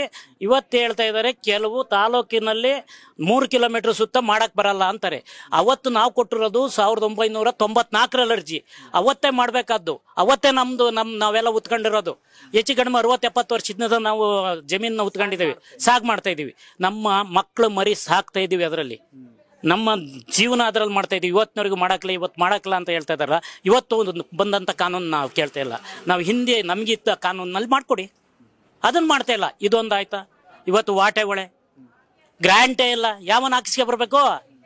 ಒಬ್ಬ ರೈತ ಹೋಗಿ ಹಾಕಿಸ್ಕೊಡ್ತಾರ? ಗ್ರಾಂಟ್ ಇವತ್ತಿನವರೆಗೂ ಇಲ್ಲ. ಇವತ್ತು ವಿದ್ಯುತ್ ಕೊರತೆ. ಬೇಸಿಗೆ ಬಂತು, ಜನವರಿ ಡಿಸೆಂಬರ್ ಶುರುವಾಯ್ತು ಅಂದ್ರೆ ರೈತರುಗಳು KEB ತಂದು ದಿನನಿತ್ಯ ಅಲಿಬೇಕು. ಇವತ್ತು ಒಂದು ವಿದ್ಯುತ್ ಸ್ಥಾವರಗಳ ಸಪರೇಟ್ ವಿದ್ಯುತ್ ಸ್ಥಾವರಗಳು ಮಾಡಿಲ್ಲ. ರೈತರನ್ನ ಹೊಲ ಗದ್ದೆಯಲ್ಲಿ ಅವ್ರ ಬೆಳೆದಂತ ಬೆಳೆಗಳು ಅರ್ಧಂಬರ್ಧ ಆಗಿರ್ತವೆ. ಇದನ್ನ ಅವ್ರ ವೈರ್ಗಳ ಕಿತ್ಕ ಬರ್ತಾರೆ, ಎಲ್ಲನೂ ಜೋಜ್ಕೊಂತಾರೆ ಇವರು KEB. ರೈತರು ಬೆಳೆ ಬೆಳೆದು ಯಾರಿಗೆ ಕೊಡ್ತಾ ಇದ್ದಾರೆ? ಇವತ್ತು ಸೈನಿಕರು ಇವತ್ತು ಗಡಿಯಲ್ಲಿ ಯುದ್ಧ ಮಾಡ್ತಾ ಇದ್ದಾರೆ. ಅವ್ರು ಯುದ್ಧ ಮಾಡೋರಿಗೆ ಆಹಾರ ಪದಾರ್ಥಗಳನ್ನ ಬೆಳೆದು ಕೊಡೋಣ ಅವನು. ಇವತ್ತು ರೈತನೇ ಇಲ್ದು ಹೋದ್ರೆ ಯುದ್ಧ ಮಾಡೋಕ್ಕಾಗುತ್ತೆ? ಅಲ್ಲಿ ಹಸ್ಕೊಂಡು ಯುದ್ಧ ಮಾಡ್ತಾರೆ, ಎಷ್ಟು ದಿವ್ಸ ಮಾಡ್ತಾರೆ? ಇವತ್ತು ಈ ನಾಡಿನ ನಮ್ಮ ರಾಜ್ಯ ನಾಯಕರುಗಳಿದಾರಲ್ಲ, ದೇಶ ಆಳ್ತಾ ಇರೋರು, ಅವ್ರಿಗೆ ಅನ್ನ ಇಲ್ದರೆ ಜೀವನ ಮಾಡ್ತಾರ? ಹಣದಲ್ಲೇ ಜೀವನ ಮಾಡ್ತಾರ? ಇವತ್ತು ರೈತನ ಬಗ್ಗೆ ಕಲ್ಪನೆನೇ ಇಲ್ಲ. ಇವತ್ತು ನಮ್ಮ ಆಲೂರು ತಾಲೂಕು ಬೇಕಾದಷ್ಟು ಇವತ್ತು ಅಭಿವೃದ್ಧಿ ಕಾರ್ಯಗಳಾಗಬೇಕಾಯ್ತು. ಇವತ್ತಿನವರೆಗೂ ಯಾವುದೇ ಅಭಿವೃದ್ಧಿ ಕಾರ್ಯ ಇಲ್ಲ. ಇವತ್ತು ಒಂದು ಇದು ಇದಾಗಬೇಕಾಯ್ತು ನಮ್ಗೆ, APMC ಇಲ್ಲಿವರೆಗೂ ಇಲ್ಲ. ಸಕಲೇಶಪುರ ಅಭಿವೃದ್ಧಿ ಆಗಿದ್ಯಾ? ಇಲ್ಲೇ ಮತದಾರರನ್ನೇ ಮಾತಾಡ್ಸೋಣ. ಸರ್ ನಮಸ್ತೆ, ನಿಮ್ಮ ಹೆಸರು? ನಮಸ್ತೆ, ಅಶ್ವಥ್. ಸಕಲೇಶಪುರ ಅಭಿವೃದ್ಧಿ ಆಗುತ್ತೆ ಅನ್ನೋ ನಂಬಿಕೆ ಇದೆಯಾ? ಪ್ರಪ್ರಥಮವಾಗಿ ನಮ್ಮ ವಿಧಾನಸಭಾ ಕ್ಷೇತ್ರ ಸಕಲೇಶಪುರ ಹಾಗೂ ಆಲೂರು ಕಟ್ಟಾಯ, ಅದರಲ್ಲೂ ವಿಶೇಷವಾಗಿ ಭೌಗೋಳಿಕ ವಿಸ್ತೀರ್ಣದಲ್ಲಿ ಜಾಸ್ತಿ ಇರ್ತಕ್ಕಂಥ ಕ್ಷೇತ್ರ. ಯಾಕೆ ಅಂತಂದ್ರೆ ಮೂಲಭೂತ ಸೌಕರ್ಯ ವಿಚಾರ ಬಂದಾಗ ಎಲ್ಲ ಕ್ಷೇತ್ರದ MLAಗಳು ಕೊಟ್ಟಂತ ಅನ್ನೋದನ್ನ ಕೊಡೋದು. ಆದ್ರೆ ವಿಸ್ತೀರ್ಣದಲ್ಲಿ ಜಾಸ್ತಿ ಇರೋದ್ರಿಂದ ಸಾಕಷ್ಟು ಮೂಲಭೂತ ಸೌಕರ್ಯದಲ್ಲಿ ಇನ್ನೂ ವಂಚಿತವಾಗಿರ್ತಕ್ಕಂಥದ್ದು. ಅದ್ರ ಜೊತೆಗೆ ಇಲ್ಲಿಯ ಶಾಸಕರು ಕೂಡ ಈಗಾಗಲೇ ಹುಮ್ಮಸ್ಸಿನಿಂದ ಈಗಾಗಲೇ ಕೆಲಸ ಮಾಡಬೇಕು ಅಂತ ಇರ್ತಕ್ಕಂಥದ್ದು. ಆದ್ರೆ ರಾಜ್ಯ ಸರ್ಕಾರ ಈಗಾಗಲೇ ನಿಮಗೆ ಗೊತ್ತಿರ್ತಕ್ಕಂಥದ್ದು ಹಲವಾರು ಬೇಡದ ಭಾಗ್ಯಗಳ ಕೊಟ್ಟು ಈಗಾಗಲೇ ನಮ್ಮ ಅಭಿವೃದ್ಧಿ ವಿಚಾರದಲ್ಲಿ ಕುಂಠಿತ ಆಗಿರ್ತಕ್ಕಂಥದ್ದು. ಅದ್ರ ಜೊತೆಗೆ ನಮ್ಮ ಸಕಲೇಶಪುರದಲ್ಲಿ ಅದರಲ್ಲೂ ವಿಶೇಷವಾಗಿ ಹೆಚ್ಚು ನಮಗೆ ಸಮಸ್ಯೆ ಇರ್ತಕ್ಕಂಥದ್ದು ಆನೆ ಹಾವಳಿ. ಈಗಾಗಲೇ ಹಲವಾರು ಬಾರಿ ಆನೆಯಿಂದ ಪ್ರಾಣ ತೆತ್ತಂತ ಸಂದರ್ಭದಲ್ಲಿ ಎಷ್ಟೋ ಜನ ನಮ್ಮ ಇಲ್ಲಿ ಧರಣಿ ಕೂತಂತ ಸಂದರ್ಭದಲ್ಲೂ ಕೂಡ ರಾಜ್ಯ ಸರ್ಕಾರ ಎಲ್ಲೋ ಒಂದ್ ಕಡೆ ಶಾಶ್ವತ ಪರಿಹಾರ ಕಂಡುಕೊಡುವ ನಿಟ್ಟಿನಲ್ಲಿ ಎಲ್ಲೋ ಒಂದ್ ಕಡೆ ಸಮಸ್ಯೆ ಆಗಿದೆ. ಇದು ಅದರಲ್ಲೂ ಕೂಡ ಸಕಲೇಶಪುರ ಜನತೆಗೆ, ಅದರಲ್ಲಿ ನಮ್ಮಲ್ಲಿ ಈಗಾಗಲೇ 100ಕ್ಕೂ ಹೆಚ್ಚು ಜನ ಪ್ರಾಣ ತೆತ್ತಿರ್ತಕ್ಕಂಥದ್ದು. ಅದ್ರ ಜೊತೆಗೆ ರಾಜ್ಯ ಸರ್ಕಾರ ಬೇರೆ ಬೇರೆ ಭಾಗ್ಯಗಳ ಹೊರತುಪಡಿಸಿ ಅವೈಜ್ಞಾನಿಕ ಕಾಮಗಾರಿಗಳಿಗೂ ಹಲವಾರು ಕೋಟಿಗಳನ್ನ ಈಗಾಗಲೇ ಮೀಸಲಿಟ್ಟಿರ್ತಕ್ಕಂಥ ಗೊತ್ತಿರ್ತಕ್ಕಂಥ ವಿಚಾರ. ಆದ್ರೆ ನಮ್ಮಲ್ಲಿ ರೈತರು ಕೂಡ ಈಗ ಆನೆ ಕಾರಿಡಾರ್ ಮಾಡಲಿಕ್ಕೆ ಎಷ್ಟೋ ಜನ ವಾಲಂಟಿಯರ್ ಆಗಿ ಈಗ ನಾವು ಜಮೀನ ಕೊಡ್ತೀವಿ ಅಂತ ಬಂದಿದ್ರು ಕೂಡ ಸರ್ಕಾರ ಎಲ್ಲೋ ಒಂದ್ ಕಡೆ ಅವರಿಗೆ ಬರ್ತಕ್ಕಂಥ ಎಷ್ಟು ಕೋಟಿ ಬರುತ್ತೋ ಅದು ಕೊಟ್ಟು ಶಾಶ್ವತ ಪರಿಹಾರ ಕಂಡು ಕೊಟ್ರೆ ಈ ಕ್ಷೇತ್ರದಲ್ಲಿ ಇರ್ತಕ್ಕಂಥ ಶಾಸಕರಿಗೂ ಕೂಡ ಹಲವಾರು ವರ್ಷಗಳಿದ್ದ ಸಮಸ್ಯೆಯನ್ನು ಪರಿಹಾರ ಆಗುತ್ತೆ ಅಂತ ಹೇಳ್ತೀವಿ. ಸರ್ ನಿಮ್ಮ ಹೆಸರು? ಸರ್ ತಿರುಮಲ ಅಂತ. ಏನ್ ಮಾಡ್ತೀರಾ ತಿರುಮಲ ಅವರು? ಕೃಷಿಕರು. ಕಾಫಿ ಬೆಳೆಗಾರರಿಗಿರೋ ಅತಿ ದೊಡ್ಡ ಸಮಸ್ಯೆ ಏನು ಸಕಲೇಶಪುರದಲ್ಲಿ? ಸರ್ ಕಾಫಿ ಬೆಳೆಗಾರರಿಗೆ ಇರೋದು ದೊಡ್ಡ ಸಮಸ್ಯೆ ಅಂದ್ರೆ ಮೊದಲನೇದಾಗಿ ಮಲೆನಾಡಲ್ಲಿ ಕಾಡು ಪ್ರಾಣಿಗಳ ಹಾವಳಿ ತುಂಬಾ ಜಾಸ್ತಿ ಆಗಿದೆ. ನಾವು ಏನೇ ಕಾಫಿ ಬೆಳೆ ಸಿಕ್ಕಿರ್ಬೋದು, ಈಗ ಲೇಬರ್ ಸಮಸ್ಯೆ ಸ್ವಲ್ಪ ಇದೆ. ಲೇಬರ್ ಸಮಸ್ಯೆ ಮೇಂಟೈನ್ ಮಾಡ್ಕೋತೀವಿ. ನಮಗೆ ಬೆಳಗ್ಗೆ ಎದ್ರೆ ಹೊರಕ್ಕೆ ಹೋಗೋಂಥ ಪರಿಸ್ಥಿತಿ ಇಲ್ಲ ಅಷ್ಟು ಮಟ್ಟ. ಮೊನ್ನೆ ಇಲ್ಲಿ ಸಣ್ಣ ಒಬ್ಬ ಆನೆ ತೊಡ್ತಾ ಸತ್ತೋದ. ಮೊನ್ನೆ ಕಾಡ್ಕೋಣದಲ್ಲಿ ಕೂಡ್ ರಸ್ತೆ ಹತ್ರ ಒಬ್ರು ತೀರೋದ್ರು. ಈ ರೀತಿ ಆಗ್ತಾಯಿದೆ. ನಮಗೆ ಅದಕ್ಕೆ ಪರ್ಮನೆಂಟ್ ಆಗಿ ಒಂದು ಪರಿಹಾರ ಸಿಗಬೇಕು ನಮಗೆ ಕಾಡು ಪ್ರಾಣಿಗಳಿಗೆ. ಈ ವಿಚಾರದ ಶಾಸಕರು ಸ್ಪಂದಿಸ್ತಾರ? ಅವ್ರಿಗೆ ಶಾಸಕರು ವಿಧಾನಸಭೆಯಲ್ಲಿ ಸ್ಪಂದಿಸಿದ್ದಾರೆ. ಅರಣ್ಯ ಸಚಿವರು ಈಶ್ವರ್ ಖಂಡ್ರೆ ಹತ್ರ ಮಾತಾಡಿದ್ದಾರೆ. ಕೇಂದ್ರದ ಗಮನಕ್ಕೆ ಹೋಯ್ದಿದ್ದು ವಿಷಯ. ಸರ್ ನಿಮ್ಮ ಹೆಸರು? ಹರ್ಷ ಅಂತ ಹೇಳ್ಬಿಟ್ಟು ಸಕಲೇಶ್ಪುರದಿಂದ ಒಂದು 8 ಕಿಲೋಮೀಟರ್ ಹತ್ರ ಕ್ಯಾನಹಳ್ಳಿ ಅಂತ ಅಲ್ಲಿರೋದು. ಅಗ್ರಿಕಲ್ಚರ್ ಮಾಡ್ಕೊಂಡಿದ್ದೀವಿ. ಡಿಗ್ರಿ ಹೋಲ್ಡರ್ ಆಗಿದ್ದೀನಿ. ಒಂದು ಮೆಡಿಕಲ್ ಕಾಲೇಜು ಆ ಥರ ಇಂಜಿನಿಯರಿಂಗ್ ಕಾಲೇಜ್ ಈ ಥರದ್ದೇನಾದರೂ ನಮಗೆ ಸಕಲೇಶ್ಪುರ ಕೊಟ್ಟರೆ ಹಳ್ಳಿಗಳಿರೋ ಎಲ್ಲರಿಗೂ ತುಂಬ ಉತ್ತಮ. ಇನ್ನು ರೋಡ್ ಸಮಸ್ಯೆ ಗೊತ್ತಿರೋದೆ, ಅದೇನು ನಾವೇನು ಹೇಳೋದು ಬೇಡ. ಅದೇ ಒಂದು ಮೆಡಿಕಲ್ ಕಾಲೇಜ್, ಒಂದು ಇಂಜಿನಿಯರಿಂಗ್ ಕಾಲೇಜ್ ಕೊಟ್ಬಿಟ್ಟು ಡಿಗ್ರಿ ಕಾಲೇಜ್ ಇದೆ, ಅದನ್ನ ಇನ್ನೊಂದು ಸ್ವಲ್ಪ ಡೆವಲಪ್ ಮಾಡಿದರೆ ಒಳ್ಳೆಯದು. ತುಂಬ ದೂರ, ಟೌನಿಂದ ಒಂದು 5 ಕಿಲೋಮೀಟರ್ ದೂರ ಇದೆ. ಅಲ್ಲಿಗೊಂದು ಸ್ವಲ್ಪ ಬಸ್ ವ್ಯವಸ್ಥೆ ಇದೆಲ್ಲ ಮಾಡಿದರೆ ತುಂಬ ಉತ್ತಮ. ಸರ್ ನಿಮ್ಮ ಹೆಸರು? ಸರ್ ನನ್ನ ಹೆಸರು ಲೋಕೇಶ್ ಅಂತೇಳಿ. Auto driver. ಎಷ್ಟು ವರ್ಷದಿಂದ ಸರ್? ನಾನು 32 ವರ್ಷ ಆಯ್ತು. ಈ ಗ್ಯಾರಂಟಿ ಸರ್ಕಾರ, ಉಚಿತ ಬಸ್ಸು ಎಲ್ಲ ಬಂದ್ಮೇಲೆ ನಿಮ್ದು ಡಲ್ ಆಗಿಲ್ವಾ? ತುಂಬಾ ಡಲ್ ಆಗಿದೆ ಸರ್. ಮುಂಚೆ ಎಷ್ಟು ದುಡಿತಿದ್ರಿ? ಮುಂಚೆ ನಾವೊಂದು 700-800 ರೂಪಾಯಿ ದುಡಿತಾ ಇದ್ವಿ. ಈಗ ಒಂದು 300 ರೂಪಾಯಿಗೆ ಬಂದ್ಬಿಟ್ಟಿದೀವಿ ವಾಪಸ್. ಸ್ಥಳೀಯವಾಗಿ ನಿಮ್ಗೆ ಸಮಸ್ಯೆ ಗೊತ್ತಿರುತ್ತೆ ಸಕಲೇಶ್ಪುರದ್ದು. ಏನ್ ಸಮಸ್ಯೆ ಇದೆ ಸರ್? ಶಾಸಕರು ಸ್ಪಂದಿಸ್ತಾರ ಅಥವಾ ಇಲ್ಲಿರೋ ಸಮಸ್ಯೆ ಏನು? ಸಮಸ್ಯೆ ತುಂಬಾ ಇತ್ತು ಸರ್. 15 ವರ್ಷದಿಂದ ನಮಗೆ ಇಲ್ಲಿ ಈ ಕ್ಷೇತ್ರದಲ್ಲಿ ಅಷ್ಟೊಂದು ಅಭಿವೃದ್ಧಿ ನಾವು ಕಾಣಲಿಲ್ಲ. ಮತ್ತೆ ಶಾಸಕರು ನಮಗೆ ಅಷ್ಟೊಂದು ಸ್ಪಂದಿಸ್ತಾ ಇರಲಿಲ್ಲ. ಈಗ ಇತ್ತೀಚೆಗೆ ನಮ್ಮ ಕ್ಷೇತ್ರದ ಶಾಸಕರಾದಂಥ ಸಿಮೆಂಟ್ ಮಂಜು ಅವರು ಮೊನ್ನೆ ಒಂದು ಸಣ್ಣ ಘಟನೆ ಆಯಿತು. ಸಣ್ಣದಲ್ಲ, ದೊಡ್ಡದೇ ಅದು ನಮಗೆ ಆಟೋದವ್ರಿಗೆ. ನಮ್ಮ ಚಾಲಕರೊಬ್ರು ಹಾರ್ಟ್ ಅಟ್ಯಾಕ್ ಆಗಿ ತೀರ್ಕೊಂಡ ತಕ್ಷಣ ನಾವು ಒಂದು 500 ರೂಪಾಯಿ ಕಲೆಕ್ಷನ್ ಮಾಡಿ ಒಂದು 11,000 ದುಡ್ಡು ಆಯ್ತು. ಆ ಬಾಡಿನ ನಾವು ತಮಿಳ್ನಾಡಿಗೆ ಕಳಿಸ್ಬೇಕಿತ್ತು. ಅವ್ರು ತಮಿಳ್ನಾಡವ್ರು. ಇಲ್ಲಿ ಬಂದು ಒಂದು 40 ವರ್ಷ ಆಗಿತ್ತು ಅವರು. ಆಮೇಲೆ ನಾವು ತಕ್ಷಣ ಶಾಸಕರಿಗೆ ಒಂದು ಫೋನ್ ಮಾಡಿದ್ವಿ, ಅಣ್ಣ ಹಿಂಗೆ ಆಗ್ಬಿಟ್ಟಿದೆ, ನಾವು ಬಾಡಿ ಕಳಿಸ್ಬೇಕು, ಆಂಬುಲೆನ್ಸಿಗೆ ಒಂದು ಸ್ವಲ್ಪ ಹಣ ಬೇಕು, ಒಂದು 10,000 ದುಡ್ಡು ಹಾಕ್ಸಿ ಅಣ್ಣ ಅಂತ ಅಂದೆ. ಹೌದಲ್ಲ ಕಣ, ಆಯ್ತು ಕಳಿಸ್ಕೊಡ್ತೀವಿ. ಅರ್ಧ ಗಂಟೆಯಲ್ಲಿ ನಮಗೆ ಹಣನ ಅಲ್ಲಿಗೆ ಕಳಿಸ್ಕೊಟ್ರು. ಮತದಾರರು ಯಾರೇ ಕಾಲ್ ಮಾಡ್ರು ಇಮಿಡಿಯೇಟ್ ಎಲ್ಲರಿಗೂ ಸ್ಪಂದಿಸ್ತಾರೆ. ನಾನು ಕಟ್ಟಾಯದಲ್ಲಿ ಒಂದ್ಸರಿ ನನಗೆ BP ಸ್ವಲ್ಪ ಏರುಪೇರು ಆದಾಗ ಅಲ್ಲಿ ಯಾರು ಇರ್ಲಿಲ್ಲ. ಫೋನ್ ಮಾಡಿದೆ ನಾನು ಕಟ್ಟಾಯದಲ್ಲಿ, ಅಣ್ಣ ಯಾರು ಇಲ್ಲ ಹಾಸ್ಪಿಟ್ಲಲ್ಲಿ ಅಂತ. ಆಗ ತಕ್ಷಣ ಅಲ್ಲಿಗೆ ಒಂದು 15 ನಿಮಿಷದಲ್ಲಿ ಅಲ್ಲಿಗೆ ಕಳಿಸ್ಕೊಟ್ರು ಒಬ್ಬರನ್ನ ಹಾಸ್ಪಿಟ್ಲಿಗೆ. ಸ್ಪಂದಿಸ್ತಾರೆ. ಅವ್ರದ್ದು ಬೇರೆ ಏನಿದೆ ನಮಗೆ ಗೊತ್ತಿಲ್ಲ, ಬಟ್ ಕ್ಷೇತ್ರದಲ್ಲಿ ಅಂತೂ ಯಾರೇ ಒಂದು ಫೋನ್ ಕಾಲ್ ಮಾಡಿದ್ರೆ ಅಕಸ್ಮಾತ್ ಅವ್ರು ರಿಸೀವ್ ಮಾಡಲಿಲ್ಲ ಅಂದ್ರೆ ರಿಟರ್ನ್ ಮಾಡ್ತಾರೆ ಅವರು. ಸರ್ ನಿಮ್ಮ ಹೆಸರು? ಸಂದೀಪ್. ಏನ್ ಮಾಡ್ತೀರಾ? ನಮ್ದು ಬಿಸ್ನೆಸ್ ಸರ್, ಫುಟ್ವೇರ್ ಶಾಪ್ ಇದೆ. ಫುಟ್ವೇರ್ ಶಾಪ್ ಹೇಗಿದೆ ಬಿಸ್ನೆಸ್ ಎಲ್ಲ? ಬಿಸ್ನೆಸ್ ಪರವಾಗಿಲ್ಲ ಸರ್. ಆನ್ಲೈನ್ ಎಲ್ಲ ಬಂದ್ಮೇಲೆ ರಿಟೇಲ್ ಇಳಿದೋಗ್ಬಿಟ್ಟಿದೆ. ಇಲ್ಲ, ಸಕಲೇಶ್ಪುರದಲ್ಲಿ ಆತರ ಇನ್ನೂ ಎಫೆಕ್ಟ್ ಬಂದಿಲ್ಲ ಸರ್. ಸರ್ ನಿಮ್ ಪ್ರಕಾರ ಏನಾಗಬೇಕು ಸಕಲೇಶ್ಪುರಕ್ಕೆ? ಸಕಲೇಶ್ಪುರಕ್ಕೆ ಮುಖ್ಯವಾಗಿ ಸರ್ ಮಕ್ಳುಗಳು ಆಟ ಆಡೋದಕ್ಕೆ ಒಂದು ಪಾರ್ಕ್ಗಳು ಬೇಕು. ಮಕ್ಕಳಿಗೆ ಜಾರಬಂಡಿ ಆ ಥರ ಎಲ್ಲ. ನಾವು ಹೊರಗಡೆ ಮಕ್ಳುಗಳನ್ನ ವಾರಕ್ಕೆ ಹೊರಗಡೆ ಹೋಗ್ತೀವಿ. ಅದೇ ಮತ್ತೆ ಇಲ್ಲೊಂದು ಕೆರೆ ಟೈಪ್ ಇದೆ, ಅಲ್ಲೊಂದು ಸ್ವಲ್ಪ ಬೋಟಿಂಗ್ ವ್ಯವಸ್ಥೆ ಎಲ್ಲ ಮಾಡಿದ್ರೆ ಒಂದು ಸ್ವಲ್ಪ ಟೂರಿಸಮ್ ಇಂಪ್ರೂವ್ ಆಗುತ್ತೆ. ನಮಗೂ ಮಕ್ಳುಗಳಿಗೆ ಹೊರಗಡೆ ಕರ್ಕೊಂಡು ಹೋಗೋದು ಅವಶ್ಯಕತೆ ಇರಲ್ಲ ಅಂತ. ನಿಮ್ಮ ಹೆಸರು? ಅಣ್ಣಿಗೌಡ ಅಂತ. ಅಣ್ಣಿಗೌಡ್ರು ಏನ್ ಮಾಡೋದು? ರೈತರೇ. ಏನೇನ್ ಬೆಳಿತೀರಾ ಇಲ್ಲಿ? ಇಲ್ಲಿ ಶುಂಠಿ, ಜೋಳ, ಮೆಣಸಿನಕಾಯಿ. ಓಕೆ, ಈಗ ಹೊಸ ಸರ್ಕಾರ ಬಂದಿದೆ, ಗ್ಯಾರಂಟಿ ಸರ್ಕಾರ ಅಂತ ಒಂದಷ್ಟು ಜನ ಹೇಳ್ತಾರೆ. ಅದು ಒಳ್ಳೇದು ಅಂತ ಇನ್ನೊಂದಷ್ಟು ಜನ ಹೇಳ್ತಾರೆ. ಅದೇನೇ ಇದ್ರು ನಿಮಗೇನು ಸಮಸ್ಯೆ ಅಂದ್ರೆ, ನಿಮ್ಮಿರೋ ಶಾಸಕರು BJP ಅವರು ಜನಕ್ಕೆ ಸ್ಪಂದಿಸ್ತಾರ, ಸಿಗ್ತಾರ? ಎಲ್ಲಿ ಸರ್, ಎಲ್ಲಿ ಸಿಗ್ತಾರೆ? ಎಲೆಕ್ಷನ್ ಆದ್ಮೇಲೆ ಬಂದೇ ಇಲ್ಲ. ಬಂದೇ ಇಲ್ಲ.